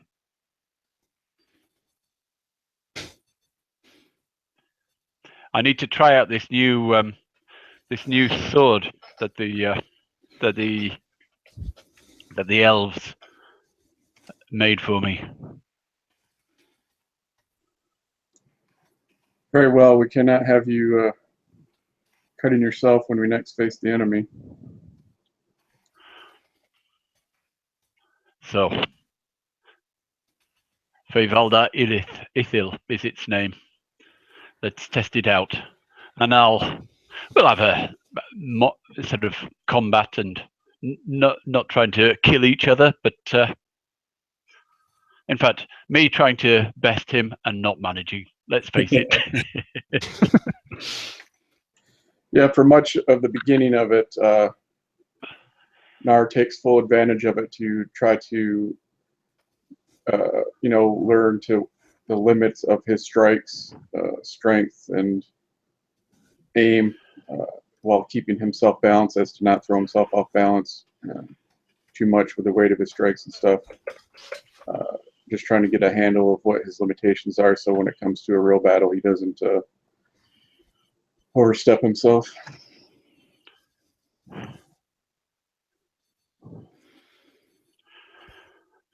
I'm happy to take first watch, either during this or after. Sure. So maybe during then, like these two are kind of messing around and kind of relaxing. Maybe Faroth is actually trying to get a bit of a kip in, and Cynric stands watching.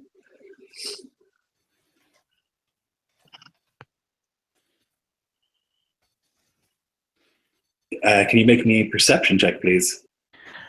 I can do. Do these ruins still count as wilderness of interest? I have to get my dice out. I haven't rolled anything. Yeah, a dice session. I guess they would. Yeah, they're not urban, so No. Okay. 17. Okay, so you're kind of you can hear like the sort of clang, clang behind you, and like the occasional like of Baragond as he gets hit with the blunt end of the mattock, and occasionally like a grunt of like from Nar as he like steps onto the sore leg. Maybe the soft sounds of Faroth snoring. As you like look over, and you can see like the reason that it's here is on top of a natural hill, and they built this thing on top of it, and so you can see from miles around. And you haven't been looking into the fire, so you can see like a good distance, and there's just nothing. You don't really see any wildlife. Certainly nothing that would cause you concern.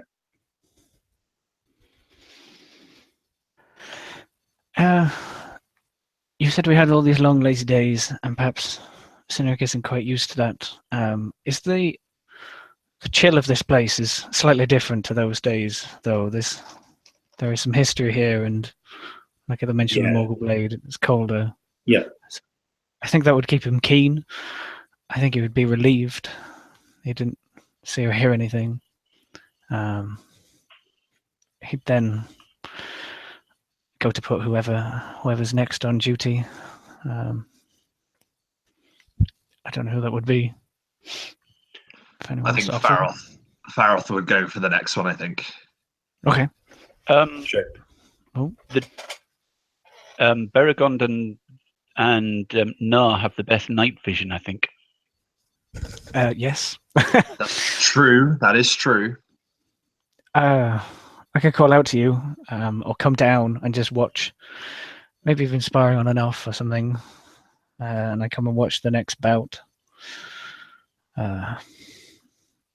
Whoever loses takes next watch. So Baragond then. Quite possibly. Oh, I'm sorry. I thought you meant against Nar. Yeah, exactly. No, those two are dueling, and I kind of made a stake. Oh, yeah. And probably grins, knowing it's going to be Baragond, but maybe he'll fight all the harder or something to not be next on watch. So a brutal battle ensues. We could just flip a coin, or you can just tell me what happens. I don't want to have to like roll some dice.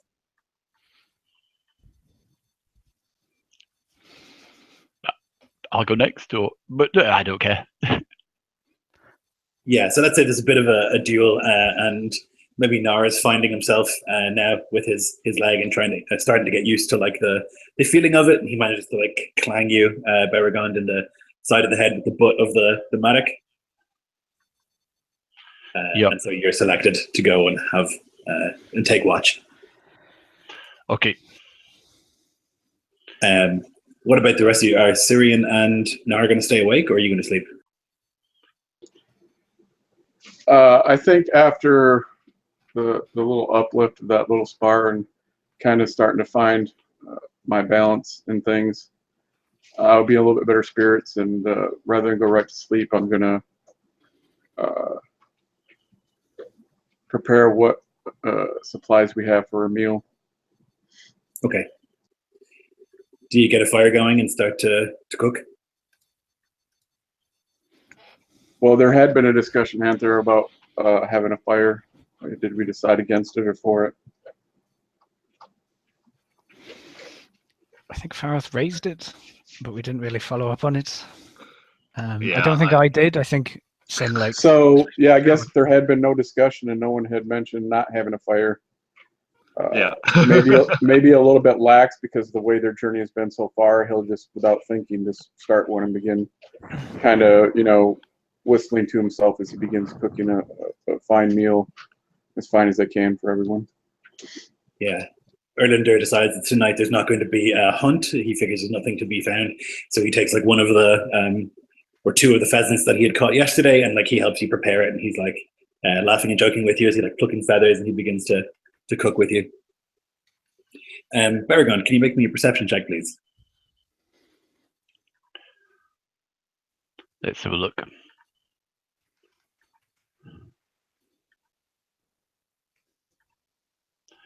Oh, a natural 20, so I get 21. Perfect. So as you're kind of keeping watch, you don't see, but you hear a strange sort of noise, like an intake of breath through a raspy throat. Chills you when you hear it.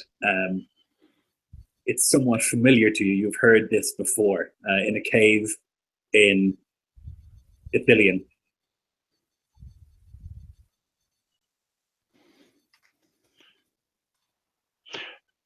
Would I don't have shadow law. Would I have any idea what it is, or Yeah, not? You remember you had climbed up a chain while the rest of the party stood on a ledge battling a black Numenorian. It is that same sort of intake of breath that you hear. Oh.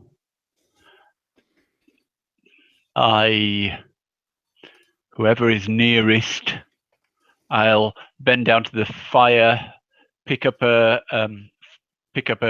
branch from the fire, and as quickly and efficiently as I can go around all my comrades and wake them.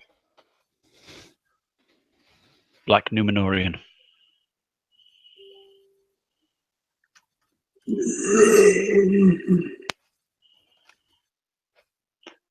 Unless my fear has got the better of me.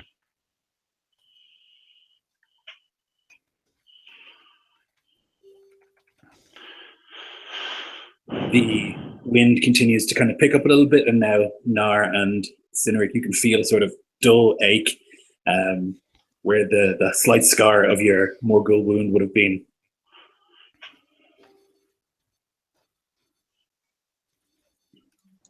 Nar would instantly stop what he was doing,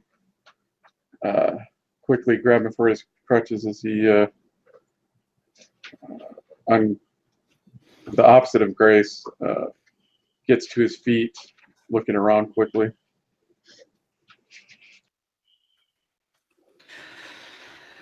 I think so. It kind of pauses for a moment as the adrenaline, and horror shoots from him, through him.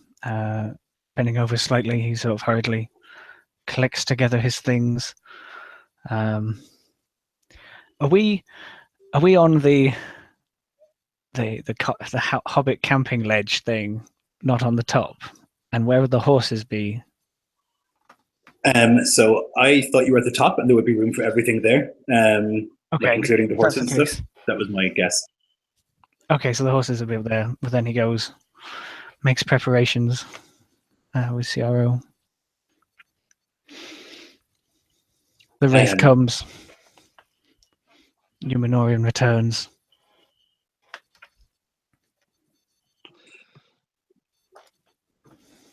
Faroth is going to look at his companions, and he looks at each one of them in the eyes, and he says, if he approaches us here,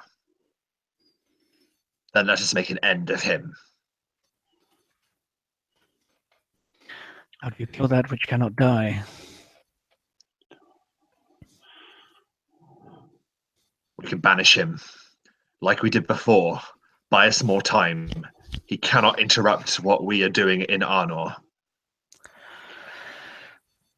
I know this comes at a bad time, but I realized we had all the knowledge of Middle-earth within Rivendell. All those ancient artifacts and the mind of Elrond. We could perhaps have asked him how to banish this creature for good. It has been a long time since we saw him, Cynric. We have had other concerns to deal with. There's a high-pitched shriek.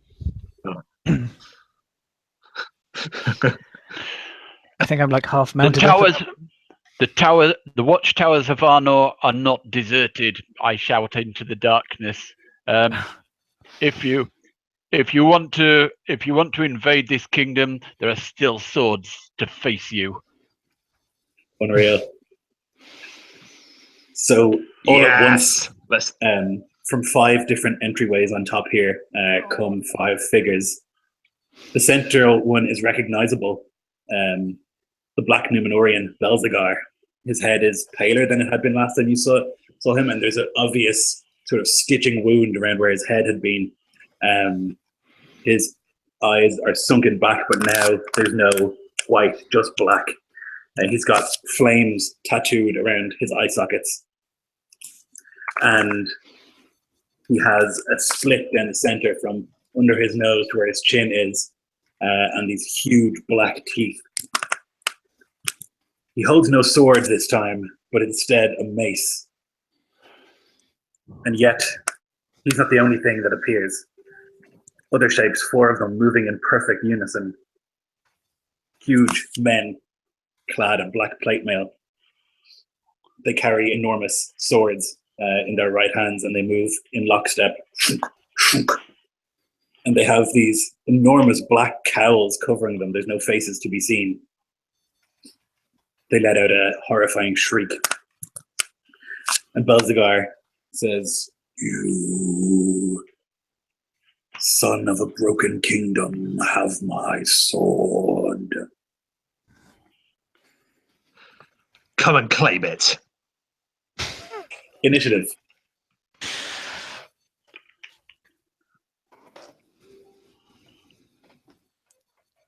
Jesus Christ.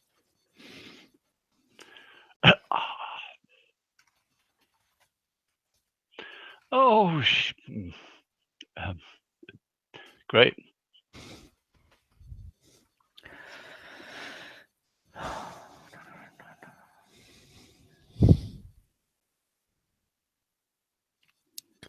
I think I have 16, because every time I pour over this going, I'm a ranger, don't I get advantage? I never do. Yes, I do too. I'm going to reroll. Mm.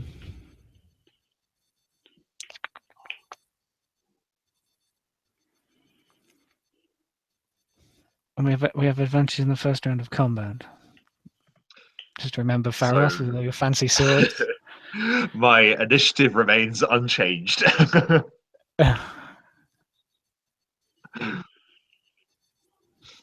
But yes, advantage in first round. Gotcha. And revenge. And revenge. It may well come in handy at this point. I suspect it's going to, my friend. I suspect it's going to. Oh my god, come on, let's do this.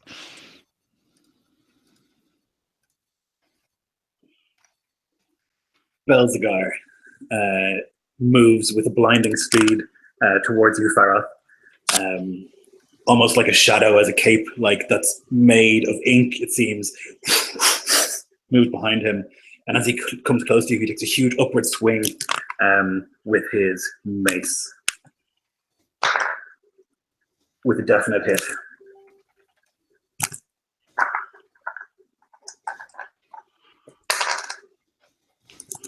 It'll take 14 bludgeoning damage as he smashes it into your left thigh.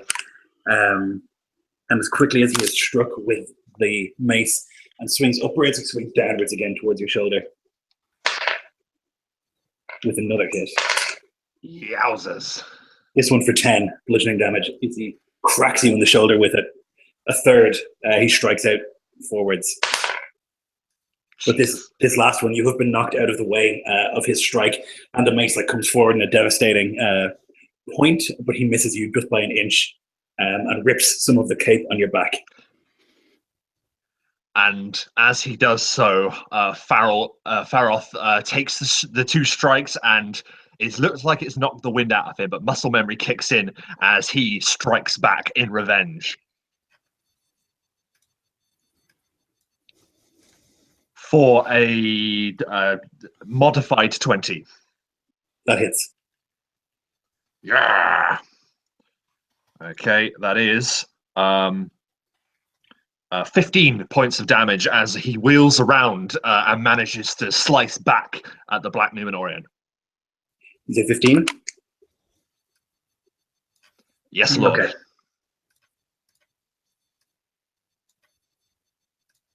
All right, so you slash out at the Black Numenorian, you catch a gap in his black plate. You see the slice and shadow pours from the wound into the blood. Akora Heel, the sorcerer, one of the rogue figures here, he takes a step forward and he lets out this hideous scream. I need each of you to make a wisdom saving throw, please. Motherfucker.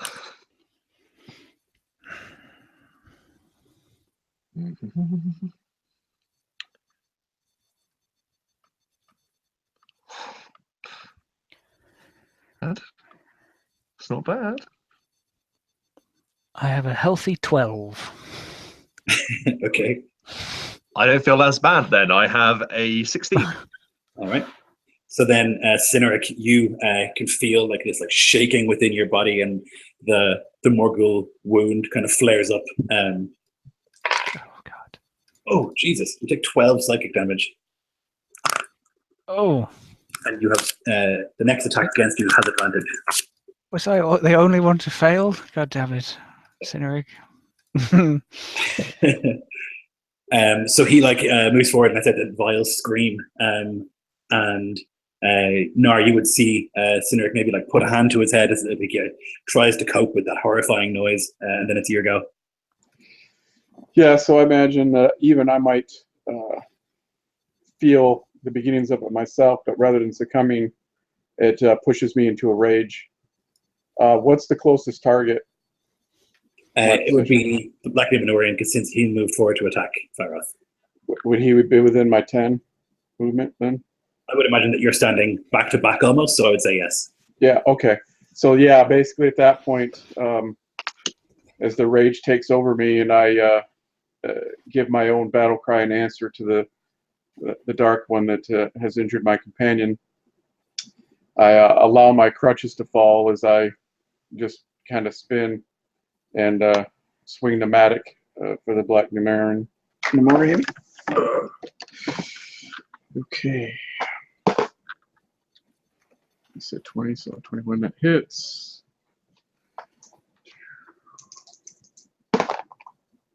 So 17 points of damage. Okay.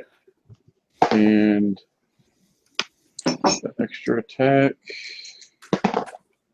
Ooh, 10, 18. So 18 for the extra attack. Two big blows against the heavy armor, the plate of the Black Nibelungian. Clang, clang. But you see, like when you remove the mattock, there's like an indent there that has like pierced into the leg and into the back. Solid hits. Cynric.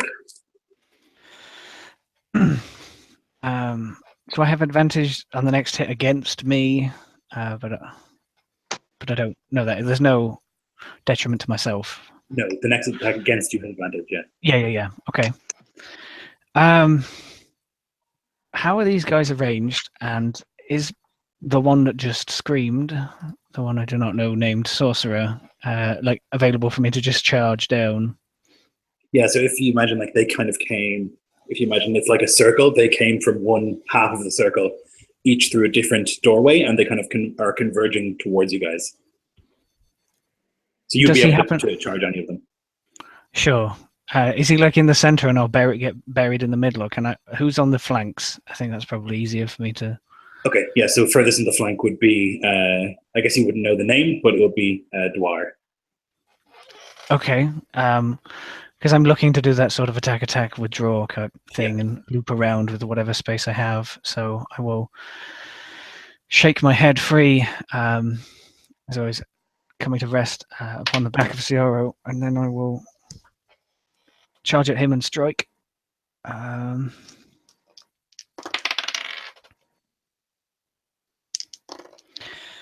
Right, one hit, and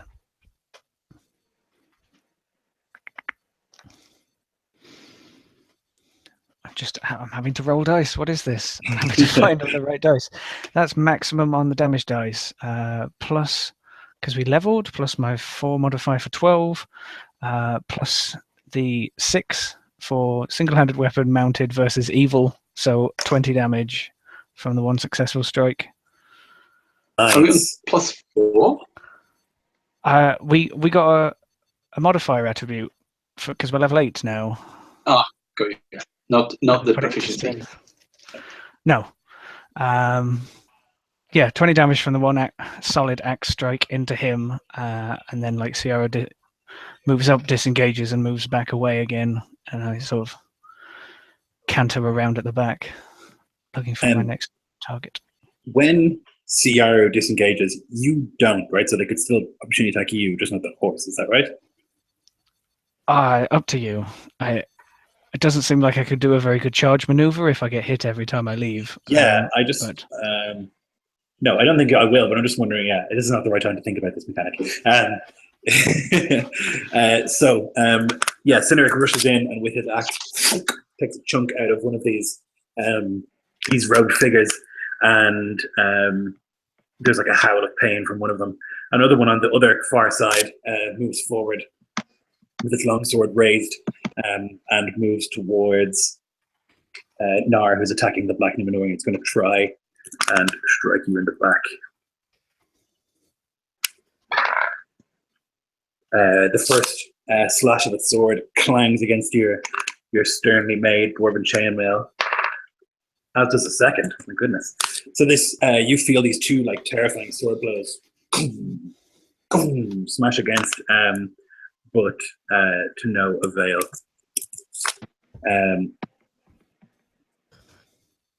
So it would be Faroth's turn, but he has unfortunately dropped out for the moment. So we'll go to Beregond. Oh, shit. Beregond starts singing a battle song of the Gondor as he draws his dragon sword and takes his place beside his captain. Orcod's ghost across the Anduin, bending oars to blood and ruin, passing Argonath's hands who in ages past they'd fear, and he launches an attack on one that's attacking Faroth. But he's so busy concentrating on the singing that he probably doesn't hit. 16. No, unfortunately not. It's a +2 weapon that you have, yeah? Oh, 18 then. Still not enough, but even so. Just good to remember. Right, yep. Okay, so you kind of like try and slash in with the curved blade, but unfortunately this armor is proof against it. Another of these robed figures moves forward almost exactly the way the previous one had done. They move frighteningly in the same way. This one is going to move over and try and stab you, Beregond. And once manages to slash with its sword, doing 8 slashing damage, a grazing sort of wound to your arm. And I totally forgotten about that. So I'll have all of you make a wisdom save, please. They have a fear aura that I should have done at the start, which I didn't. So could you all roll wisdom save, please?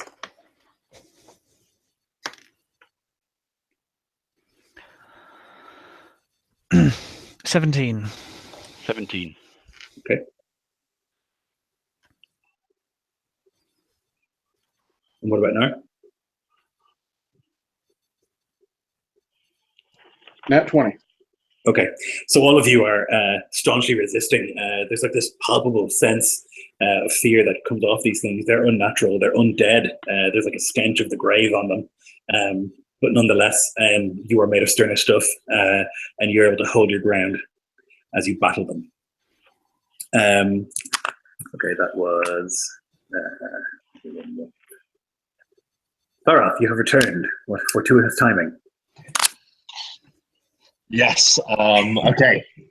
Sorry about that, Frozen. No, it's all good. So, what have I missed? Sorry, what's happened to me? Actually, nothing. You had been attacked by the Black Numenorean. Basically, Cyneric rushed up and slashed at one of these Nazgûl. Nar came behind the Black Numenorean and started to slash at him. 2 of the ring wraiths have come up to that fight where you are, as has Beregond. Yeah, so Faroth, realizing that this needs to be over quickly or it's going to be over for them, he basically uses the distraction of the Black Numenorean being attacked from the flank to instigate his round of attacks, and he is going to strike out at him. So the first one is 22 to hit. I believe his AC is 20, right? Yeah. And The other one is going to miss, unfortunately. So that's only one hit for another 15 points of damage. Okay. At least he's consistent. It all adds up. All right, so a slash with your great sword flashes into the Black Numenorian. The ring wraith at the side where you had been, Cynric,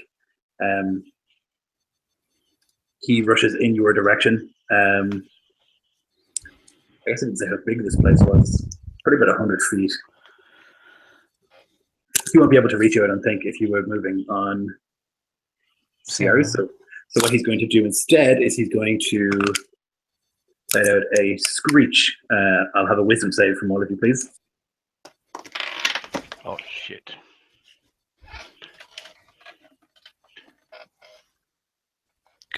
Inspiration. 12. 15. 18. I'm sorry, what two were you rolling? A wisdom save, please. Ah, surprise, surprise. Oh, 3. Okay, so then it would be Baragond and Nar will both take 6 psychic damage, and the next attack against you has advantage. As the screams nearly burst your eardrums, and you can feel and see all these visions of what these creatures think is going to come.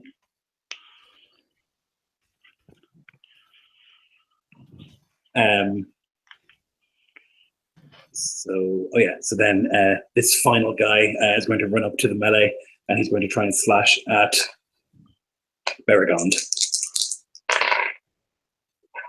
He succeeds on that one. Was that not his action to do the scream? Is that not the final guy? Yeah, I messed it up. So that was Hor Morath of Deer. This is actually Dwarf of Wa. So I'll just swap their positions basically. Okay, fair enough. So this guy who was left in the line basically where they had been rushes up. He managed to connect twice on Baragond,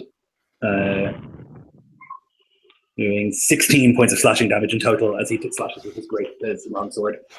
Oh, I've forgotten about this, but what's the highest damaging of those two?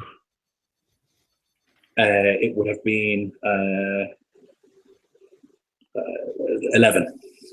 Okay, with a nimble maneuver, I sort of I leap out of the way of the worst of it. It cuts me, but not so bad. Nice. So I'll take half. Is that 5? So Yep. reduced it by 6, so it's down to 10 total. Nice one. Yeah, so what would have been a brutal cut becomes just a slash to the side.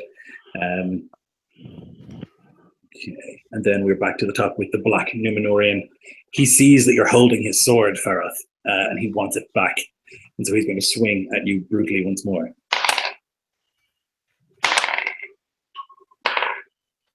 Okay, so there's one hit and it's a critical hit. The other two both missed. Oh, man.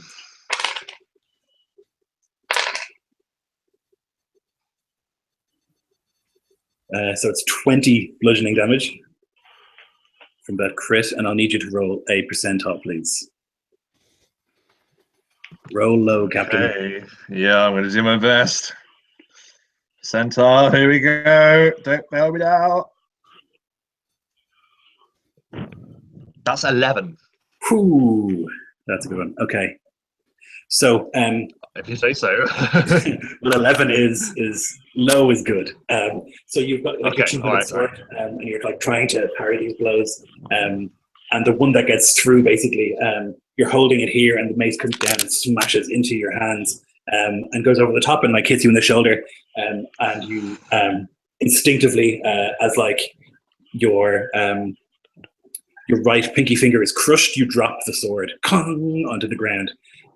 It's just for this turn, you're basically disarmed. You can pick it back up, but it's like a shock that goes through. You drop it onto the ground, and there's like this audible clang. The sorcerer is going to rush forwards as well, and he is going to try and stab at Nar with one hit. It's going to be 12 slashing damage now. Okay. And Now then it's that your- one I get to half, right? Slashing one. I didn't the psychic one, but since I'm raging. Yep, that's fine. Okay, And it's your so turn. yeah, as the cry affects me, I feel the pain, this disorientation, and I kind of sway unsteadily in my already unsteady stance. But I see this mighty blow that Faroth struck, and it brings me back to my rage firmly in the rush of it as I roar out, and I emphasize each word with a mighty strike of the mattock. Scored 2 hits. The first is 16 damage, the second is 20. As I say, "You shall not have him," and I just begin battering the Black Numerian from behind. Excellent. Yeah, so you're just like smashing it in the back, and he's like tunnel vision on Faroth. He wants that sword. But you are like wrecking him. A brutal blow to the back of the knee. But he still stands. Faroth, did you take your revenge hit from being crit? I couldn't because my sword was not from my hand. So I'm guessing that means I don't get it, right? Probably not. If you're not a side No. blade. I mean, you could try and punch him. Yeah, okay, I'll punch him. Why not? I'll punch him.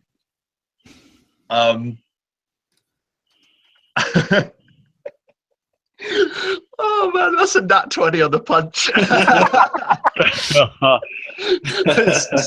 So Faroth just wheels around. It's not going to be very much, is it? Because it's 1 plus your Modifier. yeah. 1 plus So strength. plus strength, isn't it? Oh man, so that as a crit would be It's so 2? 2, 3, 4. Yeah, it doesn't matter what it is. Basically, yeah, I like to think that he sort of basically clatters into a pillar that is directly behind him, and he sort of just ducks under another crushing attack from this mace that just devastates the pillar behind him, and then he just rises up with a fist and it catches the Black Numenorian right in the throat. Yeah. So I'm not gonna roll on the brutal crit Boo, charge. yes. No, that's Boo, fine. yes. That's fine. That's fine. Because if you like chop off his leg with a punch, it just won't make any sense. Or would it? How about the effect lasts 1 round as a sort of numbing effect or something? Roll the I'll give bottom you a half of the choice. table? Or Either knock him over or he drops what he's holding. I'm going to knock him over Okay. to greater aid my allies' continued assault against him. Yeah, I basically clothesline him and he just goes to ground. Yeah, this like brutal haymaker comes out of nowhere and catches him in the jawline, and he just like hits the ground with like this big heavy noise. Maybe that's what you need to work on next, is an unarmed chart. Yeah. Revenge! Okay, Cyneric. um, Have you missed No? no, No, technically. I already went. No, Yeah. I went. Okay, sorry. I thought we would have gained advantage probably wailing on the guy, but Yeah, he got 2 hits anyway, I think, right? yes, it did.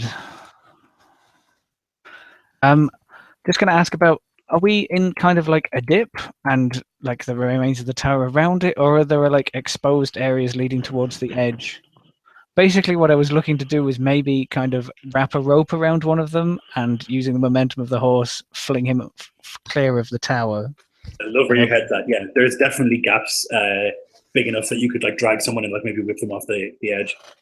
So I like the idea of maybe, because Erlandor and Syrian are somewhere in this, that I'm kind of trotting round the back again, and I shout to them like a rope, and they like as they're packing up or something, trying to get ready, like throw one out to me, and then whoever is on the edge, if particular, I can pick out that sorcerer because I don't like him after that scream. I imagine it brought some bad memories back, because that's the only thing I've failed so far, wisdom-wise. I want to try and lasso one of them and using the momentum CR run past them or towards this cliff face and then stop and then like fling him Yes. clear. Okay, so I guess you would need to make like a lasso attack. So I'll call it like an attack roll and a animal handling roll. Okay. Or maybe a Oh. grapple is better. Sure. A grapple and animal handling. Yeah, let's do that. Okay. And the grapple is with my athletics +7. That is 21. Yeah, he rolled a 3. He bottled it. Oh, shit. And the animal handling, because I'm all kinds of good at that. Oh, that was a 19 on the dice +8 for 27. Okay. Yeah, so you set up this plan. Erlendur is like holding his sword and he's like slashing at the back of some of these as well. And as you like are riding, he like picks up the rope and throws it to you. You catch it and like swing it around, wrap it around this sorcerer, and you're able to drag him along and basically fling him as you stop off the edge. And there's like a as he falls.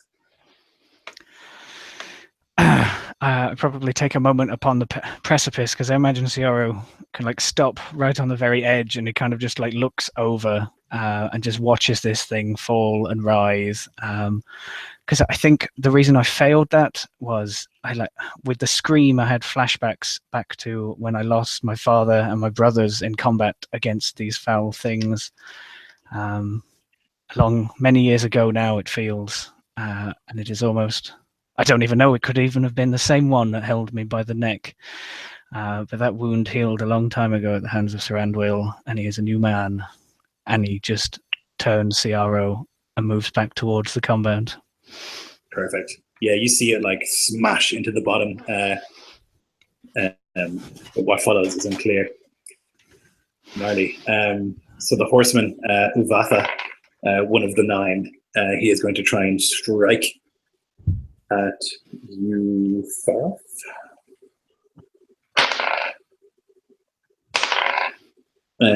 But he only hits once for 6 points of damage only. Slashes with his longsword at you. That is just enough to slice through Faroth's defenses as he's going for the sword, and he buckles and hits the ground. Oh, Jesus. Yeah, so... oh, wait, sorry, did you say 6? Did you say 6? 6, yeah. I am 1 HP. Fantastic. Jesus. So he slashes, and you can like maybe you're reaching for the sword, and his sword comes down and just like stabs through the leg or something. As you're reaching for your own blade. Okay. And then it's your turn. So this wraith stabs at me, and Faroth thinks to his friends, and he trusts their ability. He trusts that perhaps they will be able to deal with the one that's just attacked him, because he has business with the Black Numenorian. He manages to he staggers, but he uses his foot to flip the Flame of the North into the air. He catches it by the hilt and he whirls about to look down on the Black Numenorian as he's on the ground. And he says, "This blade, it is mine by blood and by right, and it is your end." And he brings the blade sailing down as he does royalty revealed. Yeah. And let's see. So the first one. Dun, dun, dun, dun, dun. For a 25 on the first hit and a 23 on the second. Yes. And also I'll give you guys some health in a little bit. So, okay, that is 32 points of damage. And the health is. Sorry, one sec. The health is 9 points of health are awarded to anyone within 10 feet of me, including myself. Oh, nice. And yeah, he basically brings this blade, basically just double-handed like that, down once and then twice again onto him. I realize I should have had advantage for that, but it doesn't matter. You can go ahead and tell me how you finish him. Really? Yes. Yep. So one strike goes in, and it basically just goes straight through whatever armor that is on his chest. And I see this black, viscous, smoke-like, shadowy blood pouring from his mouth. But Faroth still sees the darkness pouring in his eyes. He still remains, and he draws his blade out. And as he's doing so, I like to think the Black Numenorian gives one compulsive surge of energy to push himself upwards. And as he does, the Flame in the North sails down to meet him once again, and it goes straight through the line down his mouth and severs that part of his face, and he collapses to the ground. The shadow kind of like that was barely contained within that body like begins to like move around, and you can hear "This is not over" as he like begins to float and then vanish up into the dark sky. The other creatures like let out this like scream like but among all that screaming you can hear a familiar noise and a heartwarming one, a horn. And you can see, like, as you, Cineric, as you like begin to turn away from the edge of the cliff, that there are torches approaching people.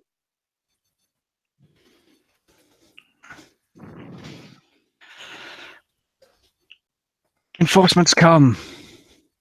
We must hold. He shouts over the screaming. Beregond, your turn. Beregond, not having quite taken in everything that's changing, is still carrying on battling with the Nazgûl, fighting his captain and singing his war song. Gardogs growl and prick their ears as shadows of some nameless fears pass. Farmers dream and plan next year's grass as the shadows near. And he swings his sword for... a miss again. He's clumsily battling at these Nazgûl, but not dying. That's the end of his turn. Excellent. So the song is keeping the spirits of everyone else up. And there's just more inspiration for you, Caius, endlessly pouring forth.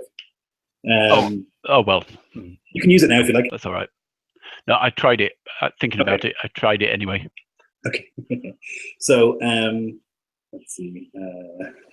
So Beregond. Okay. So Hormarath of Deer, one of these creatures, turns towards you, Nar, and it reaches out with a hand to try and grab at you.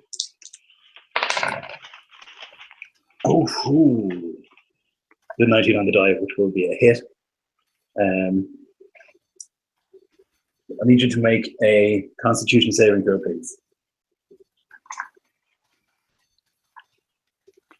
Well, at least it's something I'm good at. Yeah. Ho-ho. Be 26. Okay.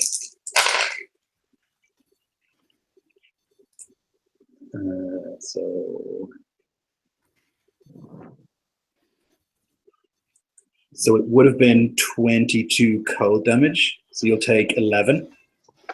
Excellent. And you gain a level of exhaustion. That's not so as like, this hand like grabs, and you can feel even through the armor like this cold and spread into you, and it begins to like slow every part of you.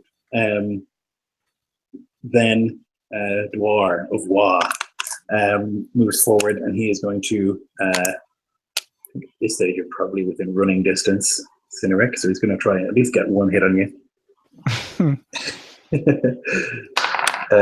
Okay, that's a hit. Actually, 2 hits. So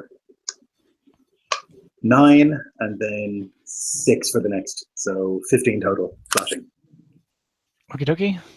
So he comes slashing up at you as you stand or as you sit on the back of Ciara. And we're back to the top. The Black Numenorian has vanished. Akorhil, the sorcerer, nowhere to be seen. And Nar, it is your turn. So Nar looks down to the hand that touched him, a frost spreading outward along his armor. He grunts, his breath seeing cold wisps as his eyes flick up to the one that just touched him, as a slow grin takes his lips, and he yells out, "Barak Kazad, Kazad Amenu," and unleashes 2 heavy strikes. The first 14 points of damage, and the second 20.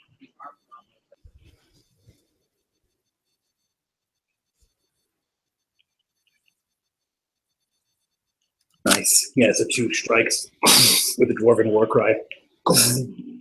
Cynric. I didn't take revenge on the guy hitting me, but Oh, do so now. it's a new round. Oh, okay. I will try and miss. So it doesn't matter.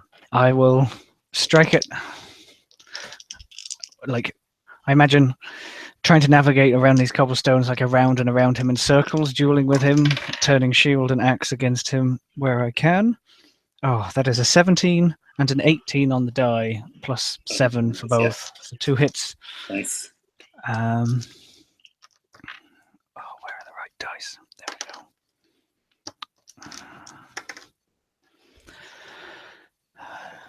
16 on one and 12 on the other for damage.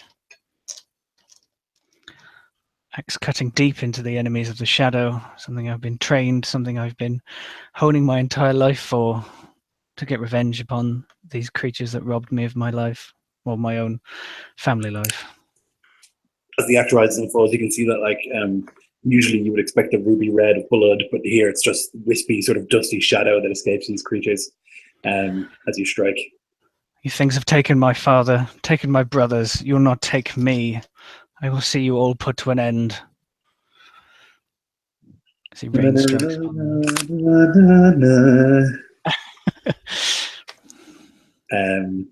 The horseman is going to try and strike down the captain. The miss. And the hit.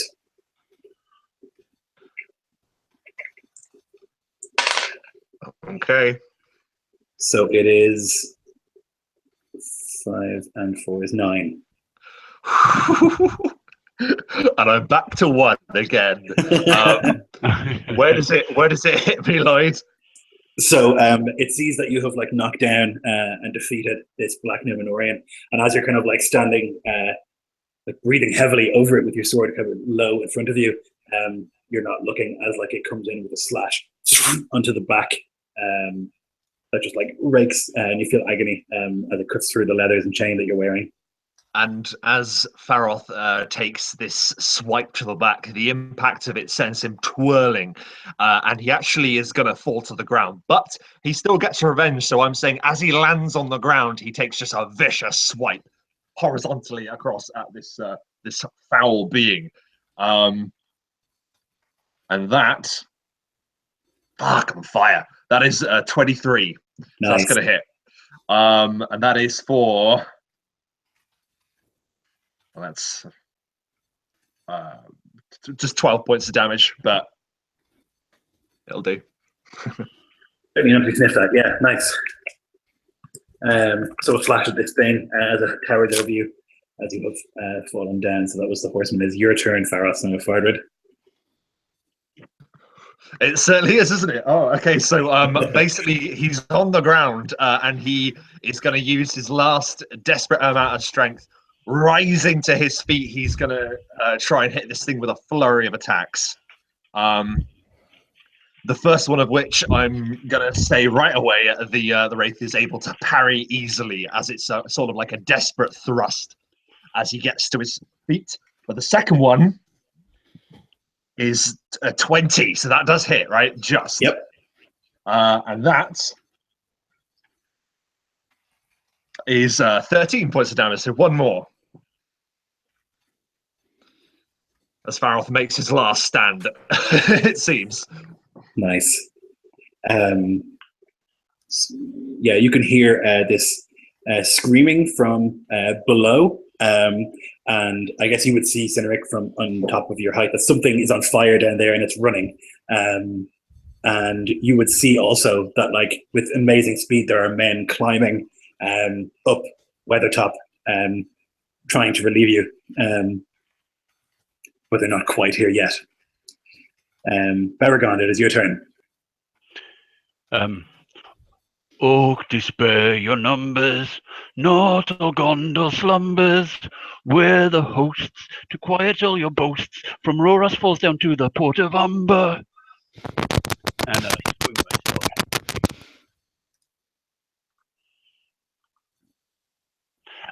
Natural 20. It paid off. Yes. This is Paid good. off. So it maximized the weapon that I gave you. I don't know if you read that. It maximizes all of the dice on a natural 20. Good grief. Oh, it just gives max damage, not double dice. Yeah, it basically Right. every dice that you would roll is maximized. So yeah, you'd still roll. But you've got your sneak attack and stuff, haven't you? Yeah, exactly. So basically, you get double dice, but they're automatically maxed. What they would Yeah. be. Sorry, say that So again. basically, you know the way usually in a crit you would roll twice the amount of dice you usually roll. You still take those dice, but they're all at maximum damage. You roll the normal, and then you add the maximum that you could roll. No, so what's No. your sneak attack? It's basically the 1d6 for your short sword becomes 2d6, but that becomes 12 because both of them are showing sixes Right. immediately. Right. And then whenever your sneak attack is, they're all sixes as well. You know. Okay, so I get double the normal sword, but not double my sneak. Yes, double your sneak, double everything. Double everything. Yes. Oh well, then I do 66 points of damage. What? Oh my god. That is crazy. Those dragon teeth, deadly, eh? Good lord. Lloyd's just like, what have I done? That's a very strong item there, Lloyd. 66 is mental. Okay. So Well, I'm presuming he's within 5 foot of yes, an ally. Yeah. No, it's fine. It was designed for this. So you take the dragon tooth and you like stab it right into the back of one of these Nazgûl, and there's like when you pull it out, there's like this thick black sort of liquid seeping from the blade, and the thing screams, and you can see that there's like shadow and blood like pouring from that wound. Knights or rangers were no strangers. Mordors wolves was find where dogs in mangers. Baron's bloodline still court dangers. Gondor and the free. Yoo-hoo. Nice. So Hormarath is going to try and strike down the captain. Where he misses that one. He critically misses that one. So he's trying to get near you, but you're like dodging and jumping out of the way as best you can. And these two like brutal slashes just go over your head. Just barely. Maybe there's a couple of hairs shaved off the top of your head as you. Yeah. Oh my god. And that was him. So Dwar of Wa is going to try and strike down the Horse Lord. With one hit. For 11 slashing. Possibly have another round left in me, if that's how you're doing it. But he's looking quite rough, is the Horse Lord. I'm going to revenge against him. Nice. For 21 to hit. Yes. Revenge. That is 13 damage. Nice. The axe comes into the head of this creature. You pull it out, and again, blood like pours out, but it seems to be standing even still.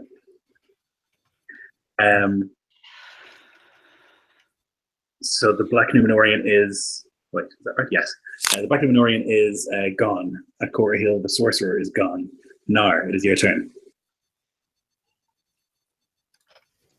So the one that stands before me takes 2 more hits, 1 for 15, 1 for 13, so 20 damage total.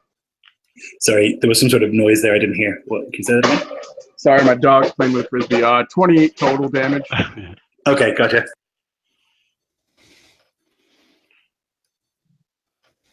Yeah, so Nard is continuing his assault. 28, okay.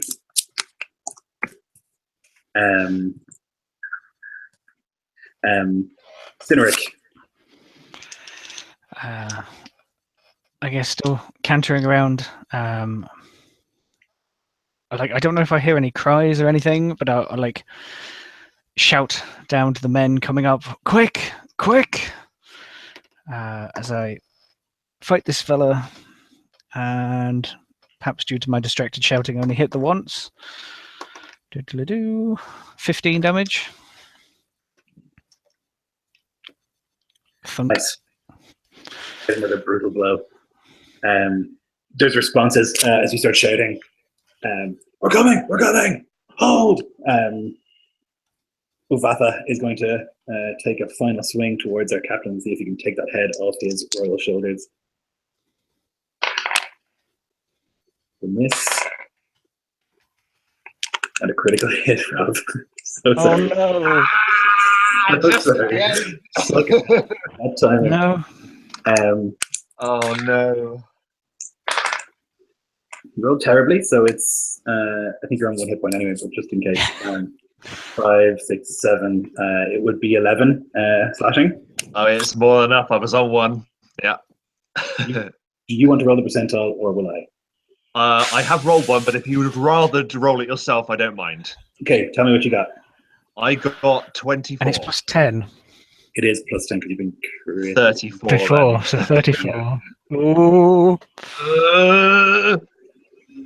Okay, so you're standing there, you've got your sword in front of you, and you're like blocking blows left, right, and center from these various creatures.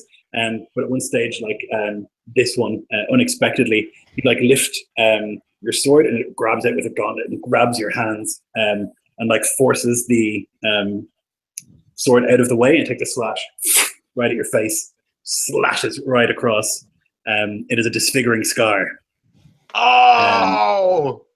Horrible scar. There's a chunk of your cheek and maybe a little bit of your nose and lip that have just been sliced right through. You have disadvantage on persuasion checks, but advantage on intimidation checks. Oh god. Not useful, considering we're about to hold you up as the new king of Arnor. Yep, Can I describe my fall, Lloyd? absolutely. I can actually describe it in one word before he falls. Surprise. Yeah. So this slash comes across, and you see like red, bright red blood spurt from the face of the captain, and he falls onto the ground. But the second he does so, you hear the "Oh, you're gonna die!" and you just hear arrows begin to like fly through the place. Beregond, it's your turn. Beregond will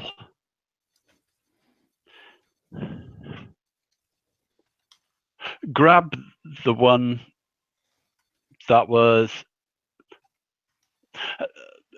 that just downed Faroth and try and pin it and jump off the cliff with it so it lands on him. Beregond, you maniac. Okay, you can make me a... Oh, I wish I hadn't said that. Faroth did this, but he's attached to a rope, damn it. If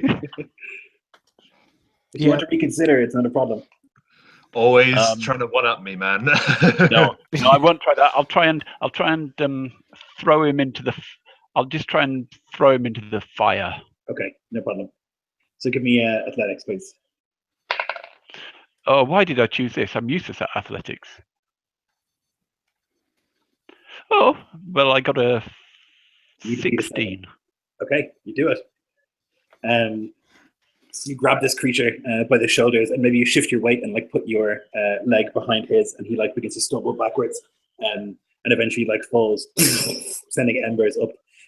He goes up as if he's made of oil, just immediately on fire. And he's like letting out that horrible scream as he like runs desperately to try and put himself out. The sound of the screams is agonizing. I'll need a wisdom save from everybody. Oh. Oh, 17. Do I have to make that if I'm out, Lloyd? No, you're fine. Okay, I'm not fine.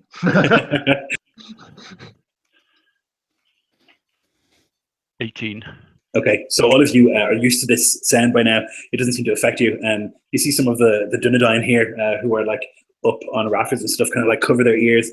Some of them drop weapons as this thing like runs and continues running and falls off the side. The men of the Dunedain, many of them like take their excellent tacticians. They see what's going on, and many of them run over to the fire and begin lighting their arrows and fire into the remaining of these creatures. They go up in flame, and they rush these various Nazgûl in different directions, trying to get away as they are set aflame. And the screams kind of like follow for quite some time. I'll sing at them. Baragon will have forgotten singing, and he'll be looking after Faroth, calling Syrian over. Yeah, Syrian rushes over, and he can see that like the face is ruined. But he can see that like most of the wounds are superficial. They're not going to be. They're going to take too much work. And so he like takes out herbs from his pack and begins like pouring clean water and stuff over the wounds and setting them in place, bringing you back to consciousness, Faroth. Erlendur, you can see already is like chatting, or like speaking in terse tones with some of these Dunedain. And finally, he like points in the direction of you guys. And the Dunedain kind of like salute, and they walk over. But what they say, we will see next time. So thank you for watching that game. If you did, I hope you had a very nice time watching it. And thank you, guys.